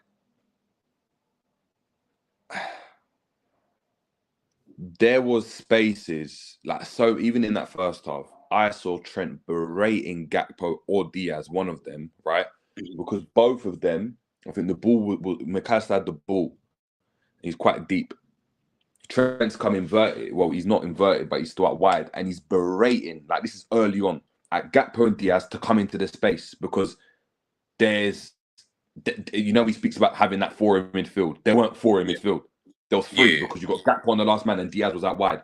One of them has to come into that space because Trent can't go in there right now because if they lose the ball, like it's not the right time to go in there. So he's screaming at them. He's telling them, come into that space. They haven't gone there. So McAllister's had to go long. You've lost the ball. And it's gone out for like a throw-in or whatever. I doubt that Klopp is not telling them to go and do that. From what I think the players that we've got haven't got personality. Because it takes But we can't personality, say that when right? we've been watching these guys with personality prior. No, but they haven't, because personality is, you know what, yeah? What, Nunes in that situation, come give me the ball. I've lost it. Cool. I'm coming to get the ball against you. Mane, you know when we talk about like Diaz, right? The reason why I say Diaz cannot leave Liverpool, right, is because he is one that has personality. Doesn't matter if it's going well or not. Give me the ball. Keep giving it to me. Keep feeding me. Keep feeding me. Nunes didn't want the ball. Gakpo in that first half looked confident, and you could see he wanted the ball. He was showing for the ball, right? You could see he had that confidence. Whoever else went and came on after that, they just didn't. It's like people didn't want the ball. So when you've got the reason why that triangle keeps happening, because I know you said you hated the Konate, McAllister, Virgil, Konate, McAllister, Virgil, or you can include Alisson in that, right? If you want to make it right. Like the reason why that's happening is because they're waiting they're move. You have to keep the ball moving as you wait for the triggers. So you're waiting for the movement. So next time you're watching the match, look how many times that Virgil is screaming like, "Bruv, where are you? Like, where are you? Like, get on the ball." These guys don't want to get on the ball. So Elliot, you know, yeah, he's running around, but he's not really trying to go and get on the ball. They're hiding. It's the personality. It's Soboslai. You're not really trying to go and get on the ball. You're getting on the ball and you're losing it, and they have a chance in the first half. You need to be brave. You need to be brave to be like, I'm coming to collect the ball this deep. There's a man right up me. I know he's there. That first pass, I've come deep, right? The man's following me. I'm the 6, right? I've come into that 6th position. Alisson's fired the ball at me straight. I've got to go and play it first time, left or right, and I have to make that pass because if it gets intercepted, it's a goal. It takes personality to go and do that. It's bravery. It's brave to go and do that. To go and just kick it long, it's not brave. Anyone can go and do that. It takes a lot. It takes guts to be like, you know what? I'm going to vacate my position to come and get on the ball and do this. So Trent's got personality about him. Virgil and Diaz has got personality about him. Gakpo don't have personality about him. He doesn't because he needs to be confident to be able to go and do that. His confidence depends on how well he's playing. He had a good little couple game run where he's playing out on the out left, and he comes into a game. But you could see it in that second half. His confidence started waning because what he was doing weren't working. It weren't working. And Nunes for me just doesn't have that personality. And you need to. He for me, it's not the fact that he could. I guarantee you, if you got like a tape out and you told him what could you have done there, he'll tell you straight off the bat. You know what? I should have gone and went into that space, because that space was evident. You saw it. If you saw it, he saw it, right? I kid you not. He saw it. Unless he says, "Oh, actually, someone else should have gone there." That's cool. If he saw it and he didn't run into that space, why did he not run into that space? Because he just came on. It's not because he's unfit. It's not because he's injured. It's not because he's tired. It's because he's scared. You're shook. You're shook to come into that space because 9 times out of 10 you lose the ball, and if you lose the ball, what happens? We get encountered. When you go and look back on like Mane, Bobby, Salah, these guys had at their time, Mane especially. Look at the positions Mane was picking the ball up. Look at the positions Bobby was picking the ball up from. Right, there was 2 men on him. It takes a lot, and especially in a game like that, you have to go and have movement. You have to want people that want the ball into feet. So when we had Diaz on the pitch, and Diaz came off, right? Yes. Yeah, like I said, yeah, Diaz came off. Unfortunately, maybe he was tired, and to be fair, we rinsed him, right? But you can't man like that. You just, unfortunately, if they're in your team, you can't take them off. It's like who's one that was like that all the time? A great example. Like this is obviously it's Messi. But look at the positions Messi was picking up the ball from at Barcelona, even at Pep or wherever. Give it to me for the centre back. Look at Henry for Arsenal. Look at they want to go and do that because they I need to change the dynamic in the game, and that's something that you have to be able to go and do off the cuff. It can't just always come from the manager saying, "Oh, we're gonna have to go and do this," because the beauty of what Mane, Bobby, and Salah was the fact that it weren't like structured. It wasn't like he has got to move here and then he does this. It was just the connection's so good. I'm gonna flick it to you. You're gonna give it back to me. All right, you made a run there. Pop, I'm gonna make a run here. You find me. If you don't, you're gonna give it to Bobby. Bobby finds me, and it was just fluid. Now it's not fluid because we're having to be structured because these guys aren't those guys. And again, I go back to it. You're never gonna get that quality ever again in the front three, like for a very long time. If you can do, like, you get it once in a blue moon. Do you know what I mean? And unfortunately, this is what you're stuck with, man. You're stuck with like Szoboszlai that, he's probably catfish a lot of people. Curtis Jones, that he's the one that's quite brave, but then it feels like Klopp's taking that away from him and people are critiquing him for like, oh, he's got to move the ball quicker. But then you've got to decide what you want, because in that game, you didn't moving the ball quicker was what was making us lose the ball. Like, we had to go and get people that could get on a half term and drive forward. Like, go back to, was it 17-18 when we're in the Champions League final and flipping Chamberlain taking the ball on a half turn and driving into space, and then he slaps the goal into the back of the net. That's what we needed from the players in that game. We didn't have that. Szoboszlai didn't offer that. No one really offered it. Jones was garbage. Szoboszlai was garbage. They're all garbage because they just, I don't know, like, we're taking away from what's good with these players, and then the front three is not as good as it is. I don't know, man. This, like I said, this club's boy. Let me not. I'm just gonna rile myself up for no reason. I was even gonna say, I was like, bro, it's not even. But even, to be honest, even just listening to you there, like, I'm just like, it's just funny. Honestly, it's just funny. It's genuinely just funny. Because forget even everything you're saying, we've been saying, forget even that kind of chit chat. I'm just saying it from a point of view of like, even after everything you said about the personality and the types of players that we had and blah, blah, blah, blah. I still boil some of it, not all of it, because of course the players that you do have, if they don't have it, then, I mean, if you don't have it, you don't have it. Do you get what I'm trying to say? My son can't run a 100-meter race right now. He hasn't got it in him at this current moment in time. Why am I putting him in the race? No, but do you know what it is? But it's not about the race, right? It's not because look, I'm not saying personality, right, is what Liverpool done in Istanbul 2005. Personality is what Liverpool did against Barcelona, right? Where man for man, you're probably looking at thinking, Adam, maybe one or two positions we're good. Apart from that, we're not supposed to win that game. Personality is like when a West Ham or a Brighton team shows personality, where no matter what they're doing, they're still gonna go and try and get on the ball, and Dunk will make a mistake, but you'll still put his foot on the ball. And what I'm saying is, in that game, you needed players that had personality. So it was, I'm gonna go and get stuck in. Like, Nunes just didn't want to even he didn't even put a challenge in. He didn't complete a pass.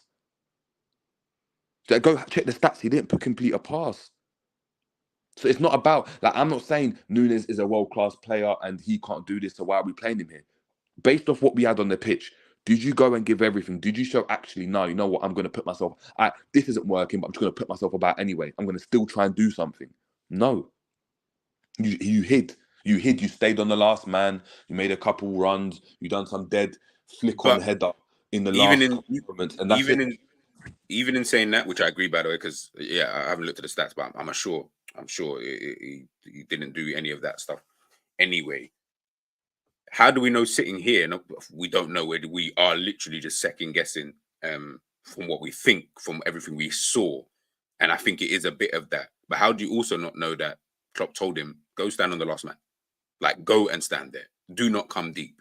Because if we're going to sit here and say, like, unless, and maybe I'm just giving him way too much credit kind of thing, and I'm giving way too much of benefit of the doubt, you're telling me you saw a gap and you did nothing. Like, you saw it, because there's no way you couldn't have seen it. It was right in front of you. Like, it was actually literally in your vision, tunnel vision. You was looking straight at it. And you said, no, I don't need to do nothing. Let me stay here. Klopp told me again, I don't know if Klopp's told him that, but I'm in this position. This is what I'm assuming the manager's asking. That's the only thing that I can even think of, because unless, again, I'm giving him too much benefit of the doubt, and generally he just does not have the IQ at times to just understand, like, bro, if someone's vacating space, you need to obviously get in that space to be able to give Allison, for example, the opportunity to pass that ball into you, and then we can go that way. Whether it is you pass right, left, back, turn on the ball, try make it, whatever it is. And again, that's why I say I place the blame on both sides of things. I can't just look at it from a player thing where about the talking about the, things like that, because if you've not really got that anyway in the team, and the team is kind of set up almost in a way in a game like this, specifically this game, where you almost need something like a Diaz or whatever, then surely you have to change the way that you're even playing the game in the first place. Surely, like, there can't be a situation where we're saying, like you're saying there, keep Diaz on. Cool. Let's just say Diaz is tired. I don't know why he took him off, but maybe he is just tired. We have been playing him quite a lot or whatever. Surely the next guy who comes on in that position, if it's not been working, why is he doing the same things that that guy who wasn't working for is doing, and isn't even the same type of player? He's a completely different profile of individual, so he can't even do the same things anyway. So surely something in there has to change. Something. They can't be, we're just going to keep running it that way because Diaz was doing this or doing whatever it was that he was doing, so we're just going to keep running it that way and expecting the same type of result. Like, that doesn't even make sense, because I'm like, well, the result that you were getting wasn't even conclusive enough to even give you the confidence to say, you know what, Diaz is tired. If I get my man on, he can do the same things. Boom, boom, boom, boom, boom. Surely we should see maybe obviously same things in certain attributes. Obviously, it'll be different because it's a different type of player, but we'll almost get the same result. Surely something has to change. Hence why I say I'm not placing the blame on just one person. I'm not saying it's just Klopp, because it's not that.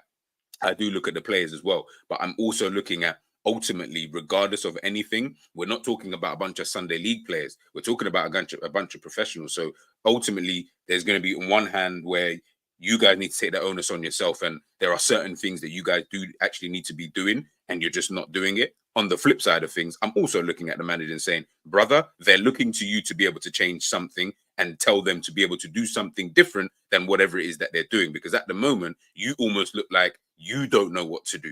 So if you don't know what to do, I don't understand how the players are going to turn around and be like, yeah, well, we will just figure it out. Sometimes it isn't just as simple as, oh, we'll just figure it out. Like, then, like, I feel like that's only going to be reserved for, sorry, yeah, go on. No, I'm saying, I get that. What and I hear, like, again, I'm not saying he's not to blame, but No, I'm not. And the thing is, that's why I said I'm not blaming either or. I'm blaming both. Yeah, for me, again, maybe because I'm coaching myself, but he's gone and changed it into a 4-4-2. Yeah.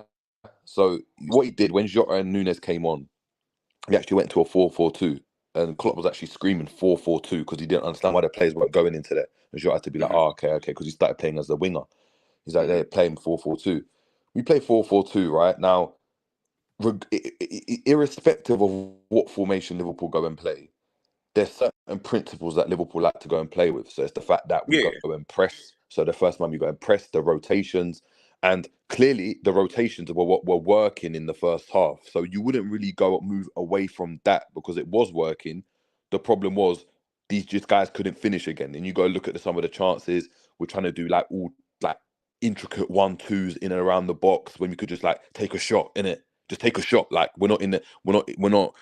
Unfortunately, we haven't got the freedom right now, or I mean, to go and just play this pretty football. We need to try and get a goal, especially after the first goal. So we've done that. We went 4-4-2.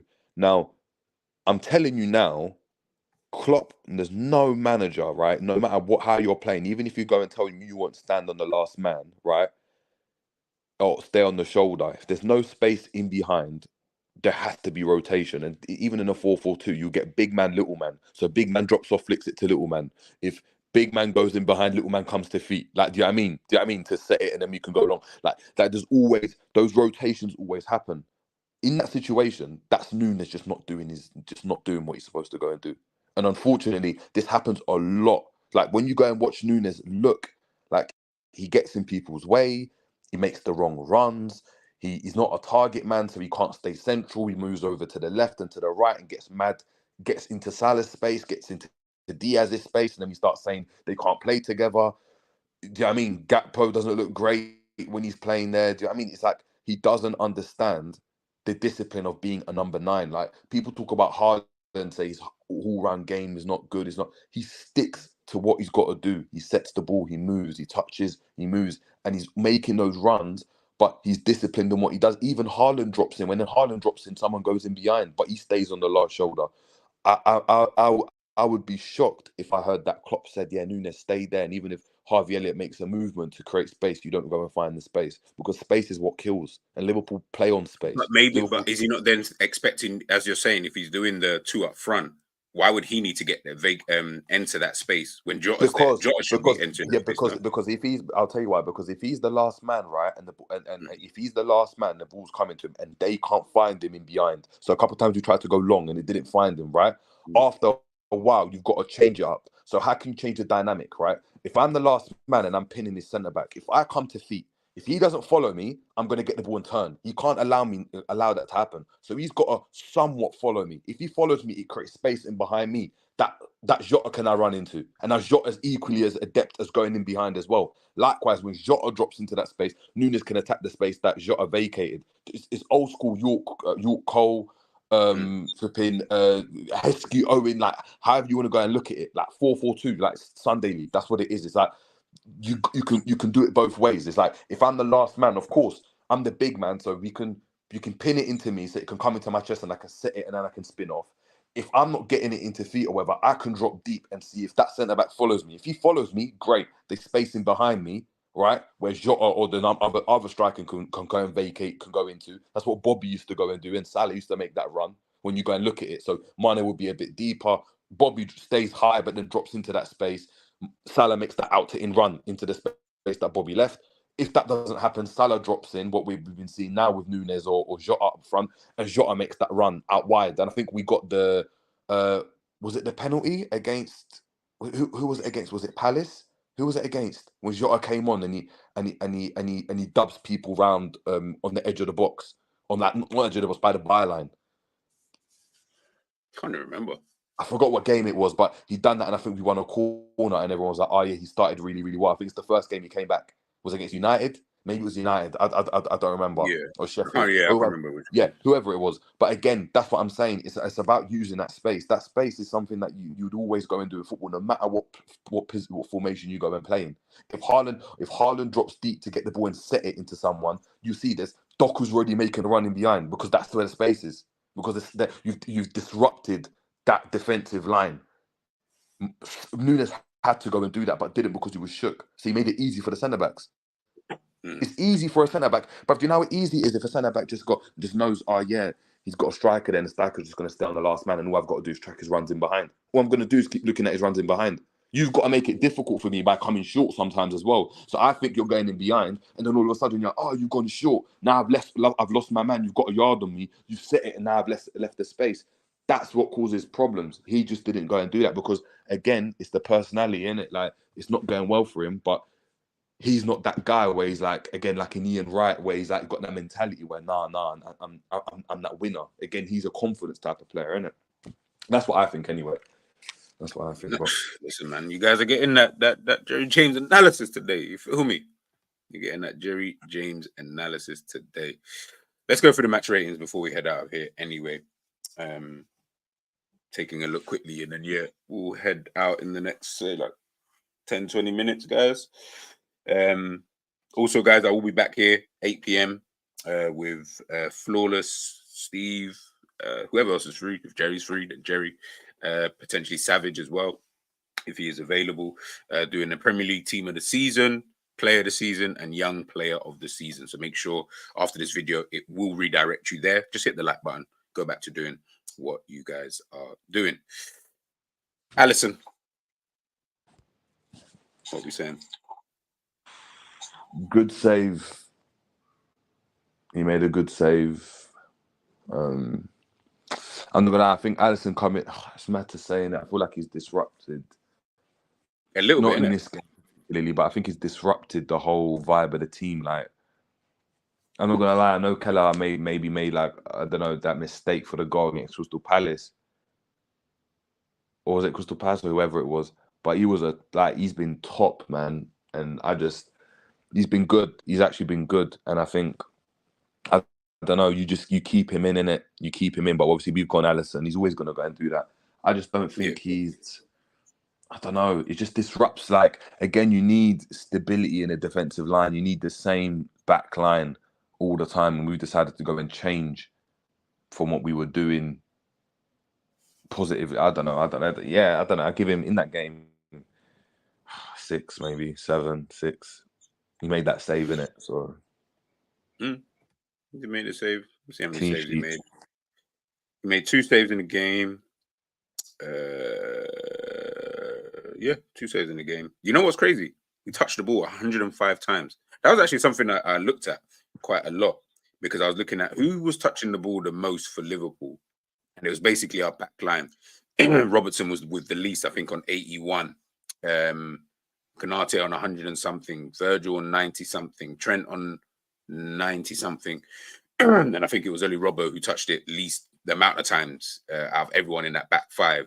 And then the next person after that who touched the ball a lot was McAllister.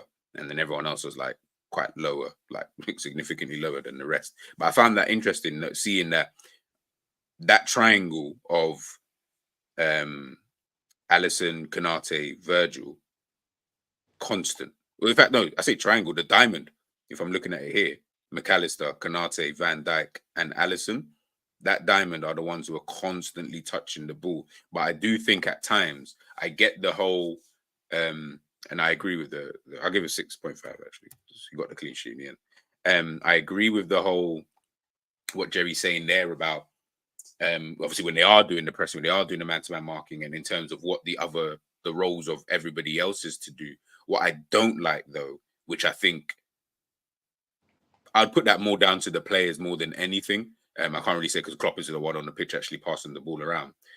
I don't like the fact that when you are being pressed or man-to-man or anything like that, there has to be quicker movement with the ball. There can't be a level of constantly popping it so slow that you're allowing the other team to constantly stay in their shape, coupled with not real movement from anybody else. You could potentially do that if there's a lot of movement from everybody else. Like, I don't know, Jones is moving to one position, Szoboszlai is moving to another position. I don't know, Núñez decides to drop whatever. If that's happening, I don't think that's going to be too much of a problem. I think you can kind of probably do that quite easily, if I'm being totally honest with you, because then that's almost a bit like how Barcelona used to do it, where it probably looks slow, but if you watch, like the whole team is rotating constantly. We don't do that. So when we are doing the passing, I can kind of see why certain players why Van Dijk would get frustrated, because I'm just like, brother, nobody has moved in the 1 minute that it took for you to give the ball to McAllister, to Konate, to Trent, back to Konate, to McAllister, who's then going to give it back to you. Nobody has moved. Only you guys have moved, but nobody else has moved. So the opposition are just kind of chilling, making their little runs just to kind of make sure that, you know, such and such knows I'm still here. That's what bugs me about Liverpool, like the most, when I'm seeing some of this. I'm like, you guys are so slow in possession at times. Like, I can see why you're not able to create anything because no one's doing anything. But we'll leave that. Trent. I think he was good, man. I think he was good. Obviously, he waned, didn't it? Like, he just couldn't hack doing it. But I think he was good. Like, he took it upon himself. He looked like obviously, barring the result, it was a leader's performance, innit? Like, he was very kind of level-headed. He made, I mean, a couple times, obviously, maybe made the wrong pass. But that's when, you know, when you become tired, you start to revert to type and you just start to like, I'm just going to smash the ball here because I can't even run anymore. So you're just trying to like sidewind the volley into the box and you're just scuffing it and stuff. 6.5, 7, I think. Obviously, our reason to get the goal was due to him, innit? Like, it was no real quality apart from his couple diags in it that he hit and it just went like 70 yard into Diaz. Like, when you've got that ability, it obviously changes the game. So he done well, man. I'm probably giving him like a 6.5. So I'd say if I'm being honest, probably our best player in that first half. Okay. I don't know about Fair. you, bro.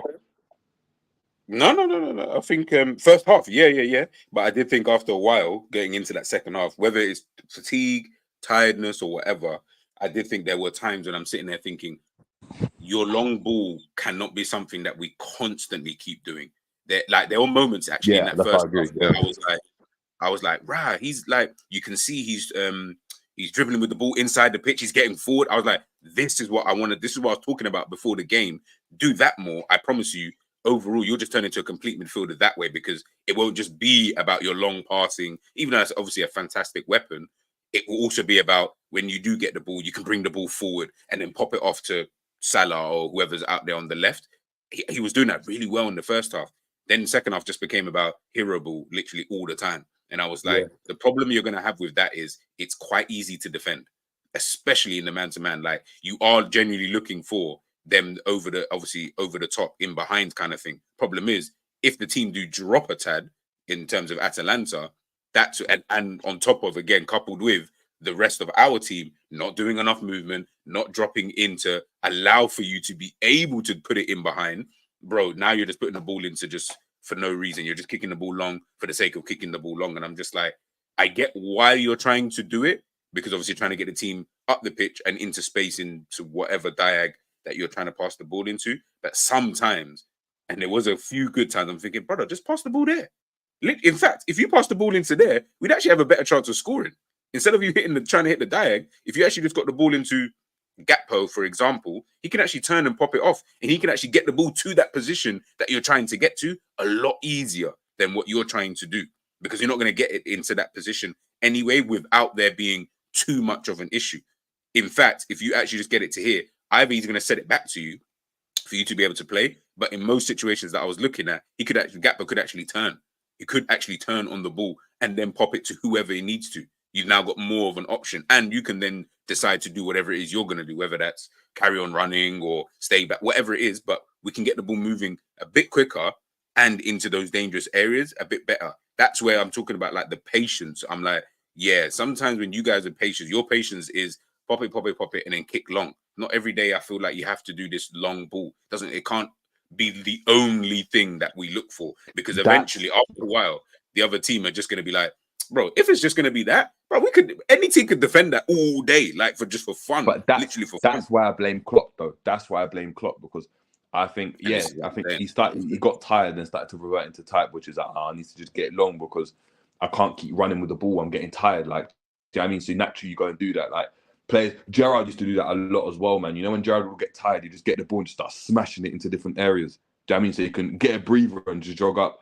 Like, but that's a tactic in it where pop, pop, pop, pop, pop. You see a runner, you hit the runner in it. Like, he's not just hitting it into space and there's no runners. We've got runners into those spaces, so he's trying to find them in it. He's just not finding them because I guess the quality is not there on the ball. But that's for me a Klopp tactic, and I agree. I don't really like that. Too tough myself as well. So Like, by the way, just so everyone knows, I don't mind it sometimes. Players. Say that again. We play like a non-league team with elite players. Play like a non-league team with elite. Yeah. Go bare long, bare direct, but we just got better players in it. We've got way better players. You take away these players there, right?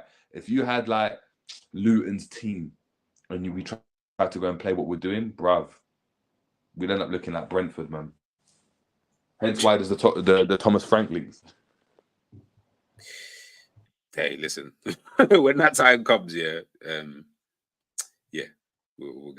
get to that. That'll make me LOL big time. Konate. Thought it was all right. I think he is very rash, though. Very, very, very, very, very, very rash. I can't trust him, man. It's not even his injuries. I just can't trust him, bro. I can't trust him to make a foul. I can't trust him to get caught. Like, I'm just on the edge of my seat when I watch him. I don't know, man. I'll probably give him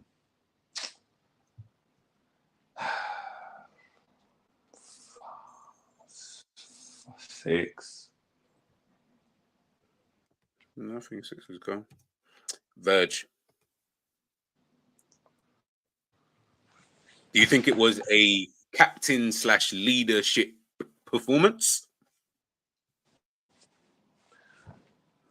Not really, but like, what can he do as a centre back in it? Like, what can he do? Like, we got a clean sheet in it. I guess the defense done their job. You just like, I don't know, man. You say that. Obviously, we got the clean sheets, of course. Yeah, I mean, not that. That's a fact. But you say that in terms of him obviously being the leader. But in that second half, would you say he exhibited that in terms of forget captain, forget even that? Just because obviously he's the leader at the back, I would assume like he is the leader. When he wasn't a captain, I would have thought he was the leader at the back. With how easy it was for Atalanta to get in at times, which they got in quite a few times, with how unorganized we looked at times at the back, would you still look at that and be like, oh yeah, well, I mean, he was leading the back line absolutely fine, taking away the sheer fact that, of course, we got the clean sheet in the end. Yeah, because like we don't get opened up. Like we didn't get caught out with like, I don't know, he's played the man onside, or the defensive line was slow, or he's headed it back, or like we just got opened up as a team, and it's like it was the midfield being all over the place, the being all over the place. So it's, I mean, that's what I'm saying. I don't know what else he could really do individually to lead that back line, because it's not as though we said, all right, cool, we're shutting up. We weren't in Atalanta's position where we're shutting up shop now and we're going to hold on to what we have. And it's, backs against the wall, shift left, shift right, win your headers. We weren't in that situation. So I don't know what else he could have done like as a leader. Like, if anything, I'm looking at some of the other leaders we had on the pitch, which we'll get onto, man, in the different in the forward areas that we'll talk about that. We'll get there, people. We'll get there. Now, you know what? The thing is, I hear what you're saying, but I did think that at times we were getting opened up at the back.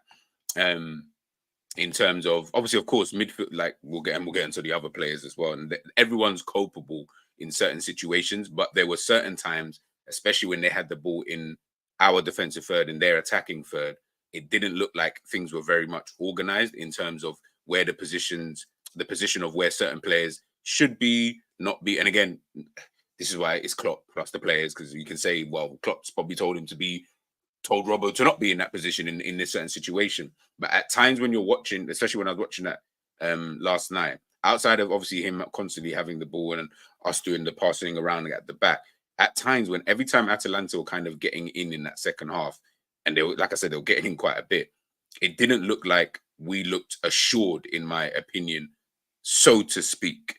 Like I said, we got the clean sheet.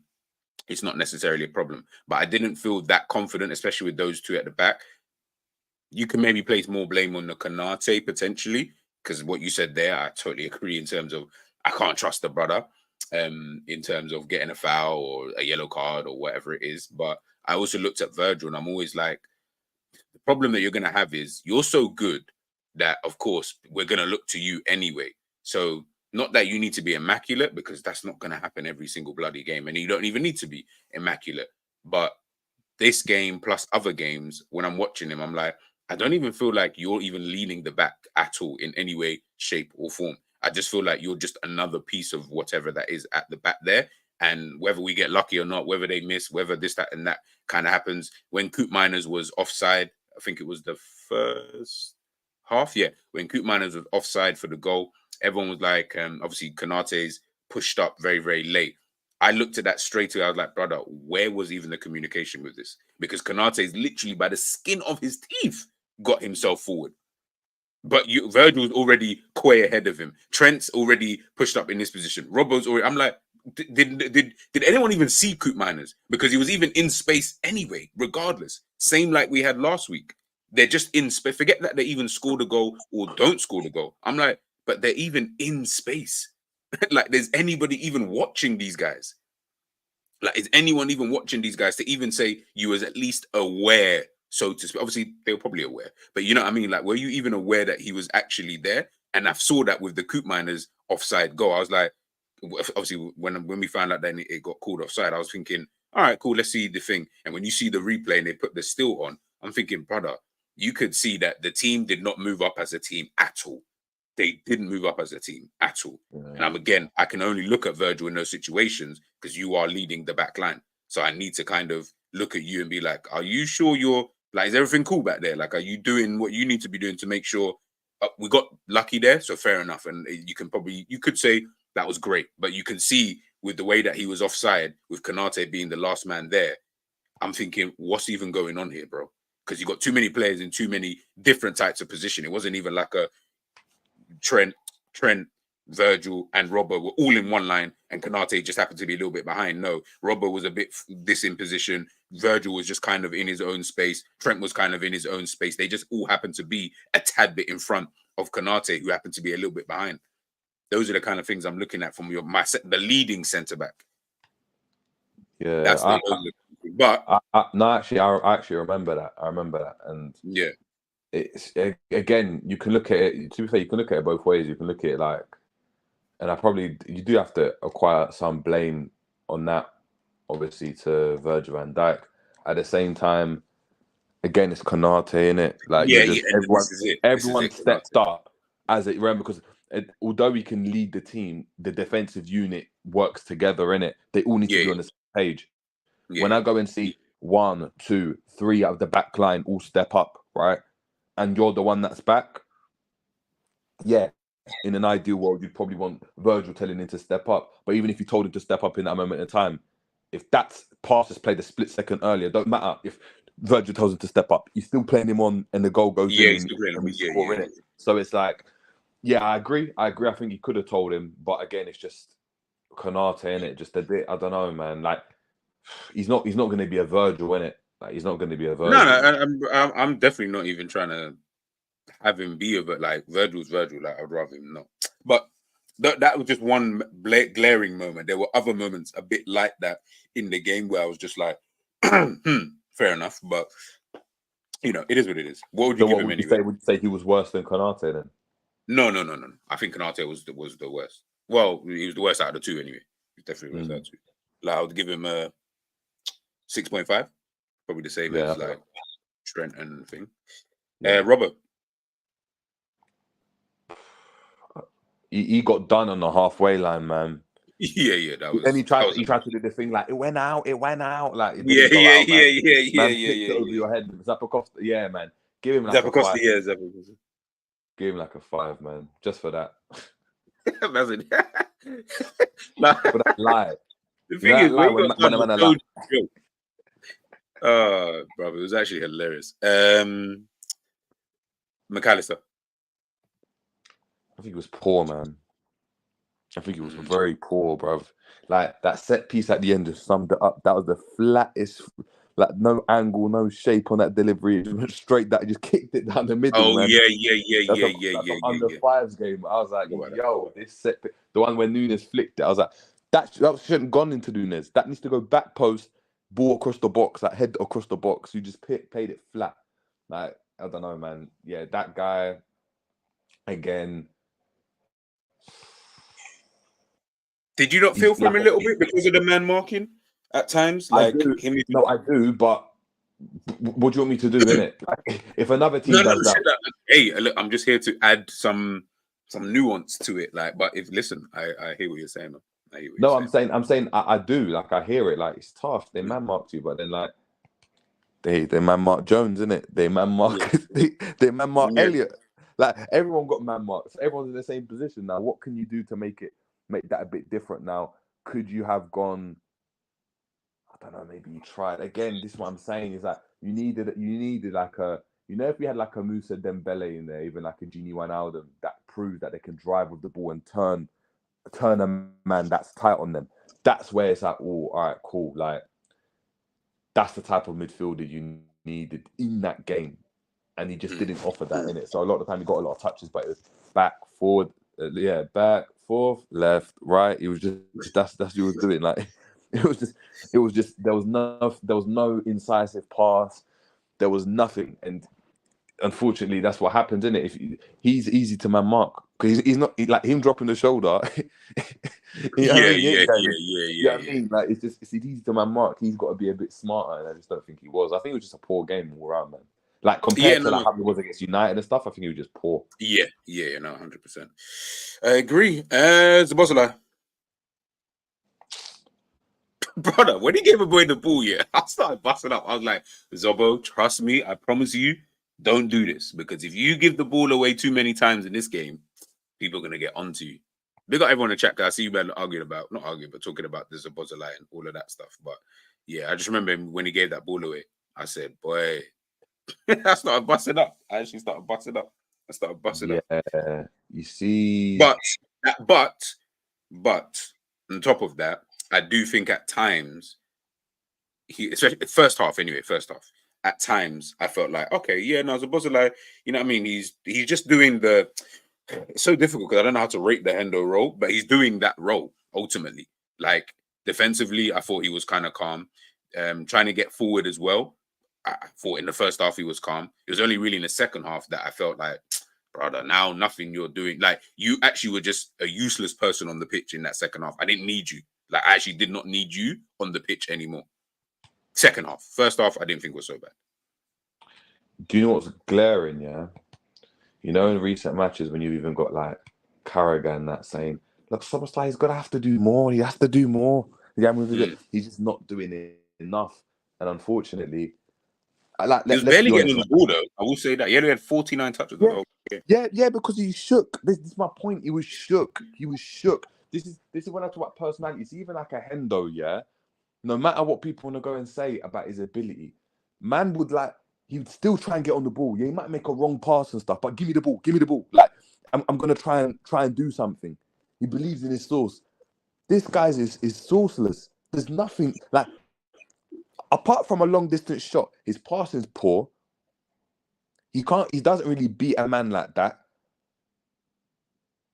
Like Jesus, bro. Like he reminds me of like Chris Brunt. Do you remember Chris Brunt from West Brom? He just had a lick on him. Hey, he had a left foot, you know. He had a Yeah, left but foot. that's my point. Soboslai's got a right foot. He's got a right foot though. Like if he was at I West feel like Brom, Chris Brunt's left foot is better than Zoboslai's right foot. I can't even lie. Because Donny was taking shots from dumb angles and slapping it top bins from crazy angles, bro. I don't feel like yeah, Zoboslai got that in his locker like that. exactly. Yeah, I don't know, man. I feel we've just been catfished again, innit? And I think see that position Hey, we there. need to stay off these apps, bro. We need to stay off these apps. First Yeah, of man. all, I mean, we're on plenty of fish, and we're just there trying to like, yeah. bro. I mean, speak to these things, we're bucking them, and it's just like, yo, like, Bro, like this ain't you don't look like the one that I thought. I would give Zoboslai a 5. I feel like it was just average performance, like same as McAllister, really. I feel like they were both kind of just average. yeah, Like, yeah, no, yeah, performance for the game, yeah. I'm just speaking about the guy. oh yeah, no, the guy, no, no, In in general, terms of I don't know. It's scary, man, because you ain't done enough in your career for a manager, for a next manager to come in and be like, yeah, like you need to be my main guy. It's yeah, like, bro, he might be surplus to requirements in the summer, bro. It might be that no, deep, you know, like that. You just coming off the bench and stuff. He gets a number 18. You know what I mean? That 8 gets taken off him, and boy, I don't know, man. he needs to be number 27 or 7, something. 27. Yeah, he needs to go back like Nunes numbers. Now you have to earn your way to, and Nunes didn't even earn that number 9. That's the maddest thing. Jones, the the actual number 17. Yeah. That's your guy. How do you think your guy Yeah, performed? my guy. That was in that first half was decent again.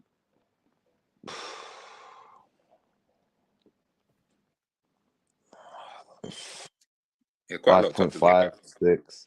Yeah, exactly. Like that's what I'm saying. He's one that just give me the ball in it. Like he's gonna try and keep getting on the ball, but he doesn't have the freedom that he does like at England or for Liverpool that he does for Liverpool, in it. Like at Liverpool, he just if you look at that heat map, he's just on that left hand side, in it. You can't come central, you can't move around. If he could do that, he'd probably have more of an impact on a game in terms of like getting on the ball. But yeah, maybe like 5.5, 6, like all right. Overall. Yeah, overall, I'm not fussed. Something like that. Like I I said, think I think I he's better. wasn't happy He's with the better. He was midfield. better than the other two, innit? Yeah. I think he was better, but I was not happy with the midfield in general. Like I Yeah, did look at the midfield and think, right, okay, cool. I'm gonna save him till last. Diaz.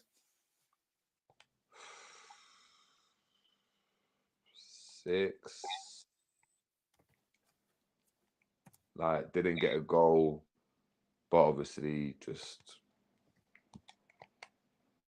I don't know, 6, 5. I don't know, man. All of these, like, they're just a blur now, man. It was just a blurry game. It was just like, yeah. What about Gakpo? I thought he started off quite all right, you know. No, he started off well. Oh, hold on, just on Gakpo. Don't you think he looks like he's just like a different person? He looks a bit like a clone. Like, doesn't look like himself. Yeah. What was he talking about yesterday? Was it Jamie talking about like the beard? I was like, yeah, maybe just because he's getting older, innit? Like, he's got the beard, but he looks a bit older. Like, the face looks just a bit more droopy. Like, he looks old. I was like, raw. Like, this is what happens when you get stressed at Liverpool, bro. Like, fans getting onto you. His hairline's moving back, so he's had to lower that trim. Do you know what I mean? Like, he had a little high top before. You know, the high top don't work when you're balding. Well, yeah, this trim here, literally this trim here that we can see in the photo, that's what he had. It's gone. But now Yeah, he's at like full gone. Low. Yeah. So It's I don't know. actually, He looks different, but it's the Ghanaian, bro. Sometimes it just, it just. Like, I can tell you, I can attest to, like, it will get you at some point. Yeah, I mean, I know Jerry's smiling there. Well, you wait, guys. When you see Jerry in like, I'll give Jerry 10 years because his hair's still going kind of strong. But I'll give Jerry 10 years, but you'll just see, man. Just why do you think the camera's not going to be on for the foreseeable future? No one's going to see my face, bro. No one's going to know what I look like. I'm going to come back and be like, I'm going to be like, yeah, I'm new to streaming and that. Change my voice. Is what it is. Yeah. I'd give him a 6.5. Like, I feel like if I give Diaz, what did we give Diaz? 6. Yeah, it's a 6.5. He was better than Diaz overall. All right, we're going to the last one, and then we'll head out of here. I need to jet in 10 minutes. Salah, and be kind, bro. Like, you know what I mean? Just don't go too far with your words, like.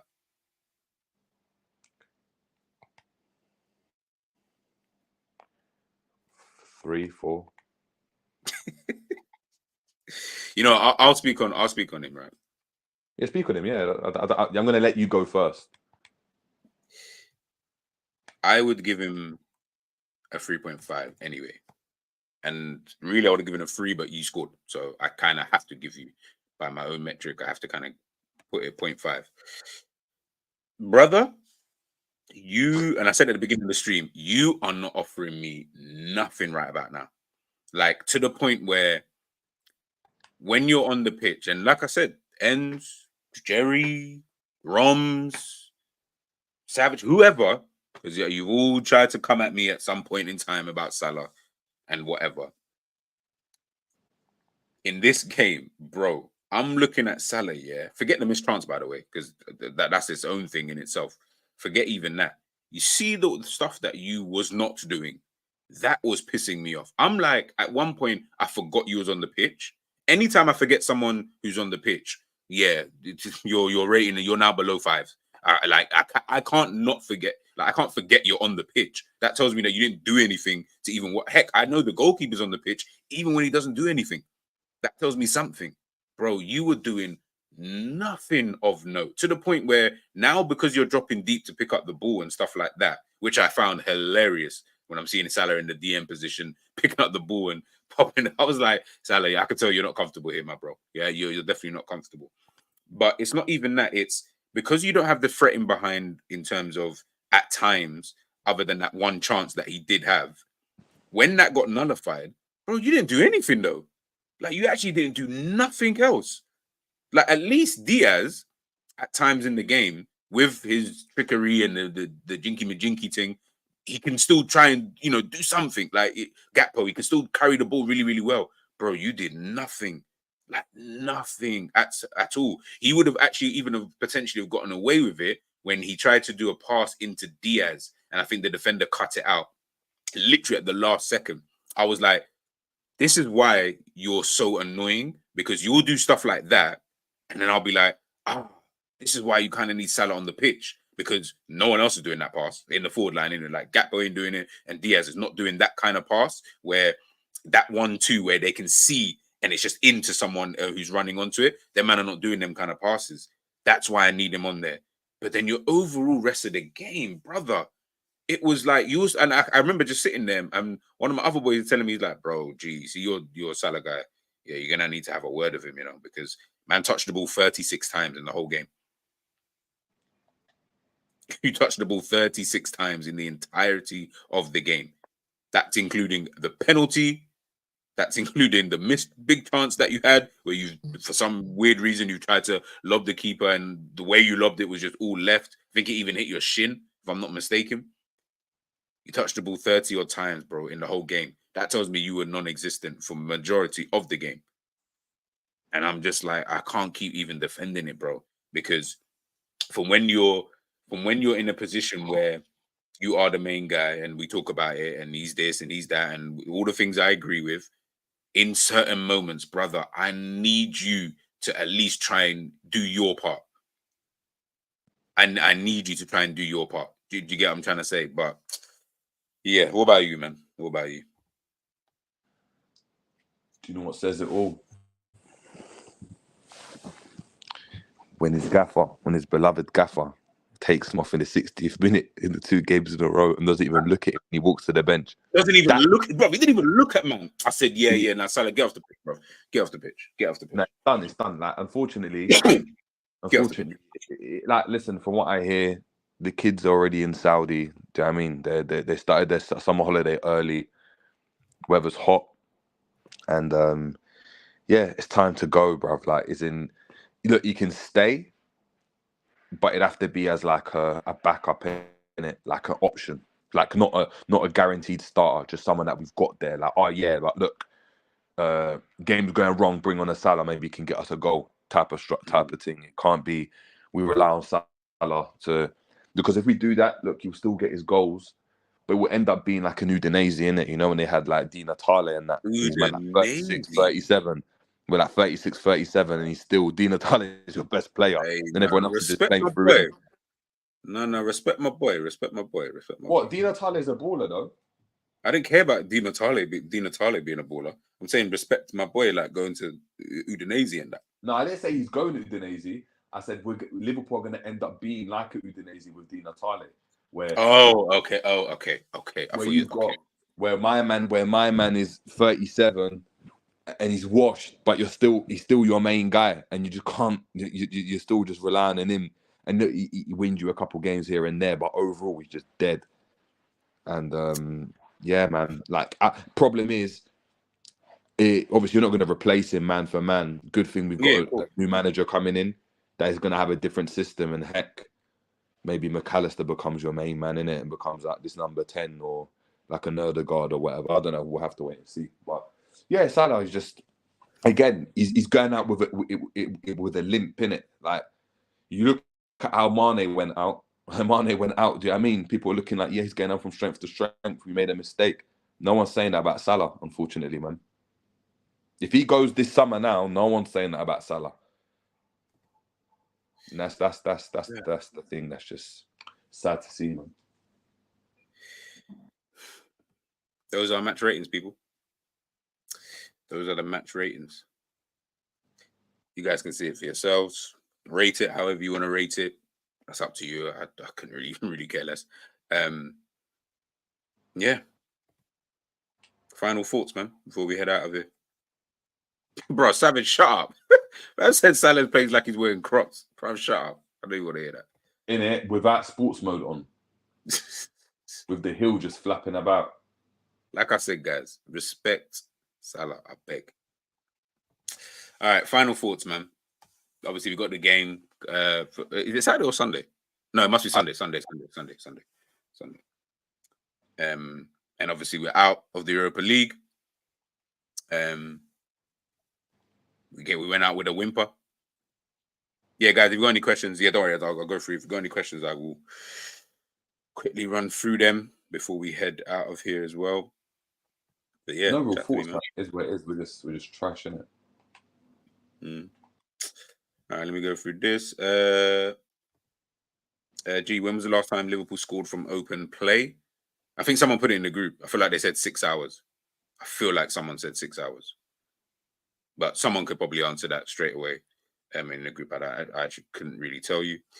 Honestly, question, Does it mean that Man U can't get in the chance because of LFC City and Arsenal getting dumped early out of Europe? I don't know how this coefficient thing even works, man. Yeah, I don't. Yeah, I'd like you'd have to probably double check it, but ban Man U anyway, man. I hope we don't get any Europe. Question: I see you, JJ and G, being critical and logical, but the way other fans are moving online, you might think Hicks and Gillette are back. We on the brink of administration. That's true. I find that hilarious. I find that part hilarious. But you always know when, with the way that people speak about things in the worst of times and how they speak about things in the best of times. That's when you kind of know. Yeah, you know what I mean. Jamrock, every single analyst is saying that the tactic didn't change from the first game. Atalanta played the same way and LFC didn't adjust. I agree. I think we played the exact same game that we played last week. The only difference is we scored. If we had scored last week, would you have said the game was that much different? Oh, sorry. The only real difference, Atalanta weren't looking for too many opportunities to go forward in terms of, obviously they got the 3 goals last time, and they felt like anytime they saw a gap in the defense or the midfield or whatever, they would push to go forward. I don't feel like they did that as much this time. They did it at times, but this time they were more like, no, we'll do the other things, but we just won't go forward as much. So it will be really about you lot trying to break us down. Hence why you started to see when Alisson was getting the ball, it was literally everyone just chilled. I actually disagree. I think they played the same. The difference was obviously they had Miranchuk was playing instead of the Catalera, who's a bit more attacking minded, because I think the Catalera was injured or something like that. He came on later on in the game. Palicic wasn't playing, and I just think they reverted back to type. Like, they're not a team that scores bare goals.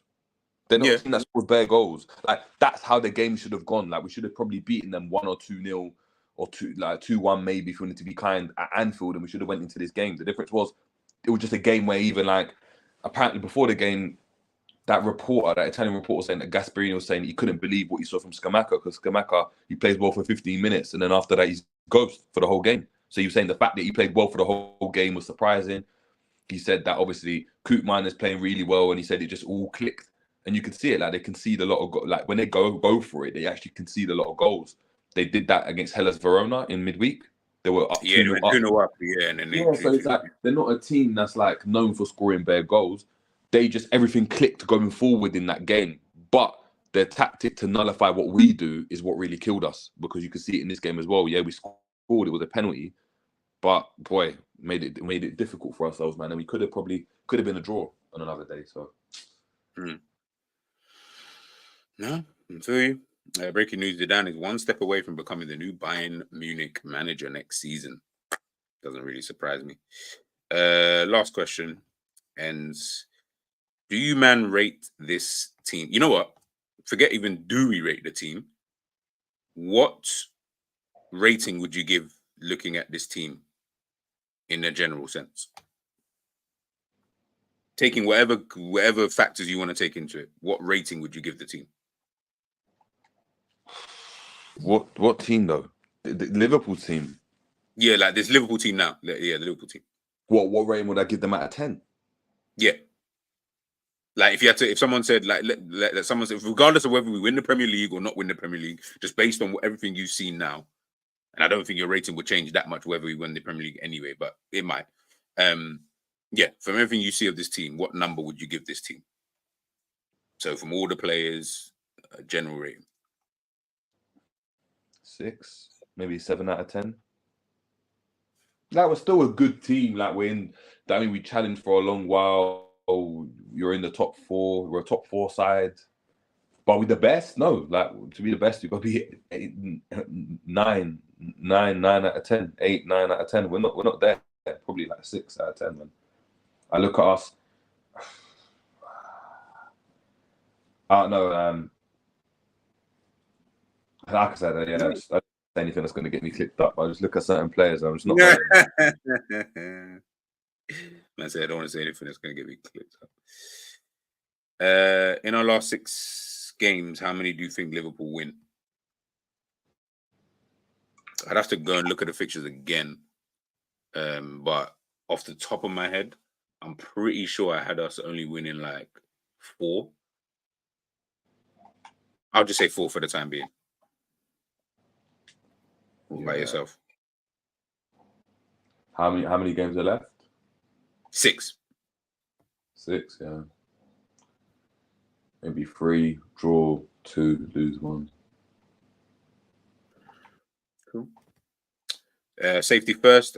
How long are you giving the new manager to win a trophy, especially the Premier League or Champions League? Took 4 years and still haven't won either recently, and he had some experience. Good question. I'm not gonna lie. I'm not one to even think of that. Reason being, I just think it'll take minimum of like 4 years, innit? Like whoever we get in is gonna be it for like 3 years minimum, unless it's like dire. If they're coming top 4 all the time, they'll be there for a while. So probably like 4 or 5 years, man. Like if you're talking about Premier League, Champions League, if you can obviously pick up a Carabao Cup and stuff, that clearly from what we see on socials and from the fans, it's enough. That's enough. Karabuki's enough. So it's almost like a dead baller / can't pass. That's true. He's too busy streaming, though, isn't it? Yeah, bro. I keep telling this brother to be awake at crazy times. Like I'm awake at because I got little man at times. I'm awake at like dumb times. Like I just randomly will wake up, or he wakes me up, and then I'll just be on, just doing whatever. And I see Zoboslai on there. I'm like, brother, what are you doing? Like, why are you just out here just on Twitch, just playing stupid games, bro? He needs to sort that out. But I don't think he's a dead Gambling. Liverpool earning. Yeah, well, this is the thing, man. Gotta be careful with that money, bro. Because 1 minute you're earning whatever. Yeah, I mean, I don't know if you guys have seen. What was I watching? I was watching Rising Ballers. Who's the brother they interviewed, man? Bridges? Is it Bridges? Briggs or Bridges? Oh, Briggs. Yeah, Briggs. And obviously, if you man remember Briggs, like he was like when he first come through at Fulham. Yeah. When he first come through, I thought like, yo, this brother look all right. Yeah, I mean, like he might do something, blah blah blah. Obviously, career didn't really pan out that way for so many different reasons. By the way, you should watch the interview if you haven't. It's a really good one on Rising Ballers. But I say that to say, you gotta be careful with the gambling thing. Not that Briggs was gambling, but you just gotta be careful because 1 minute you could be earning this much, next minute for whatever reason you ain't earning that much. So all that gambling that you know what I mean, Zoboslai wants to be doing, you just need to be careful. It's got to be a little bit careful. New manager has to win trophies. I'll keep quiet on how long I think until I see who the manager is. And yeah, but you're saying has to. I hear that he has to win trophies. So if he doesn't, then all right, cool. Let's say Amram comes in the first 2 years, doesn't win jack, and gets like a top 4 and a top 5 finish. Yeah, who do we get in next? That's where the problem comes into it. So you got to give the time. Like this is unfortunately, like this is what I'm saying. When I was saying Klopp out and stuff, I wasn't saying Klopp out. Yeah, get a next manager to come in and he's only got a year or he's sacked. I'm like, come out, no, but you're going to get the same amount of time as Klopp. That you're going to get that 4 years. You're going to get that 4 years. Like I say, here's what it is. You got to be if we're getting rid of the manager, you've got to be down to ride the cause. Like this is what it is, man. I mean, there's going to be ups and downs, ebbs and flows. Like we'd be lucky to even get like an Arteta as a manager. I don't think Amram's better than Arteta. No, I think Arteta's better than Amram. Yeah, 100%. Yeah, 100%. Exactly. And if Arteta's not doing jack right now, then boy, what makes you think Amram's going to do that? Yeah, for real. Yeah, not like that. Yeah, it's true. It's true. All right, guys, I'm going to end it there because time is ticking. I need to keep it hot stepping. I will be back 8 p.m. Make sure, guys. I'm sure this will redirect you to that stream. Make sure you're smashing a like, by the way, for those who have been rocking with us today. We will be doing Premier League Team of the Season, Player of the Season, and Young Player of the Season. So bring your agendas, bring all your agendas, make your claim, stake your claim, should I say, for whichever player you think should be Player of the Season. And please don't let last night's results potentially sway your decision. Hopefully it doesn't, but let's wait and see. I should have quite a few people on there as well, so should be a really, really good, a good chat.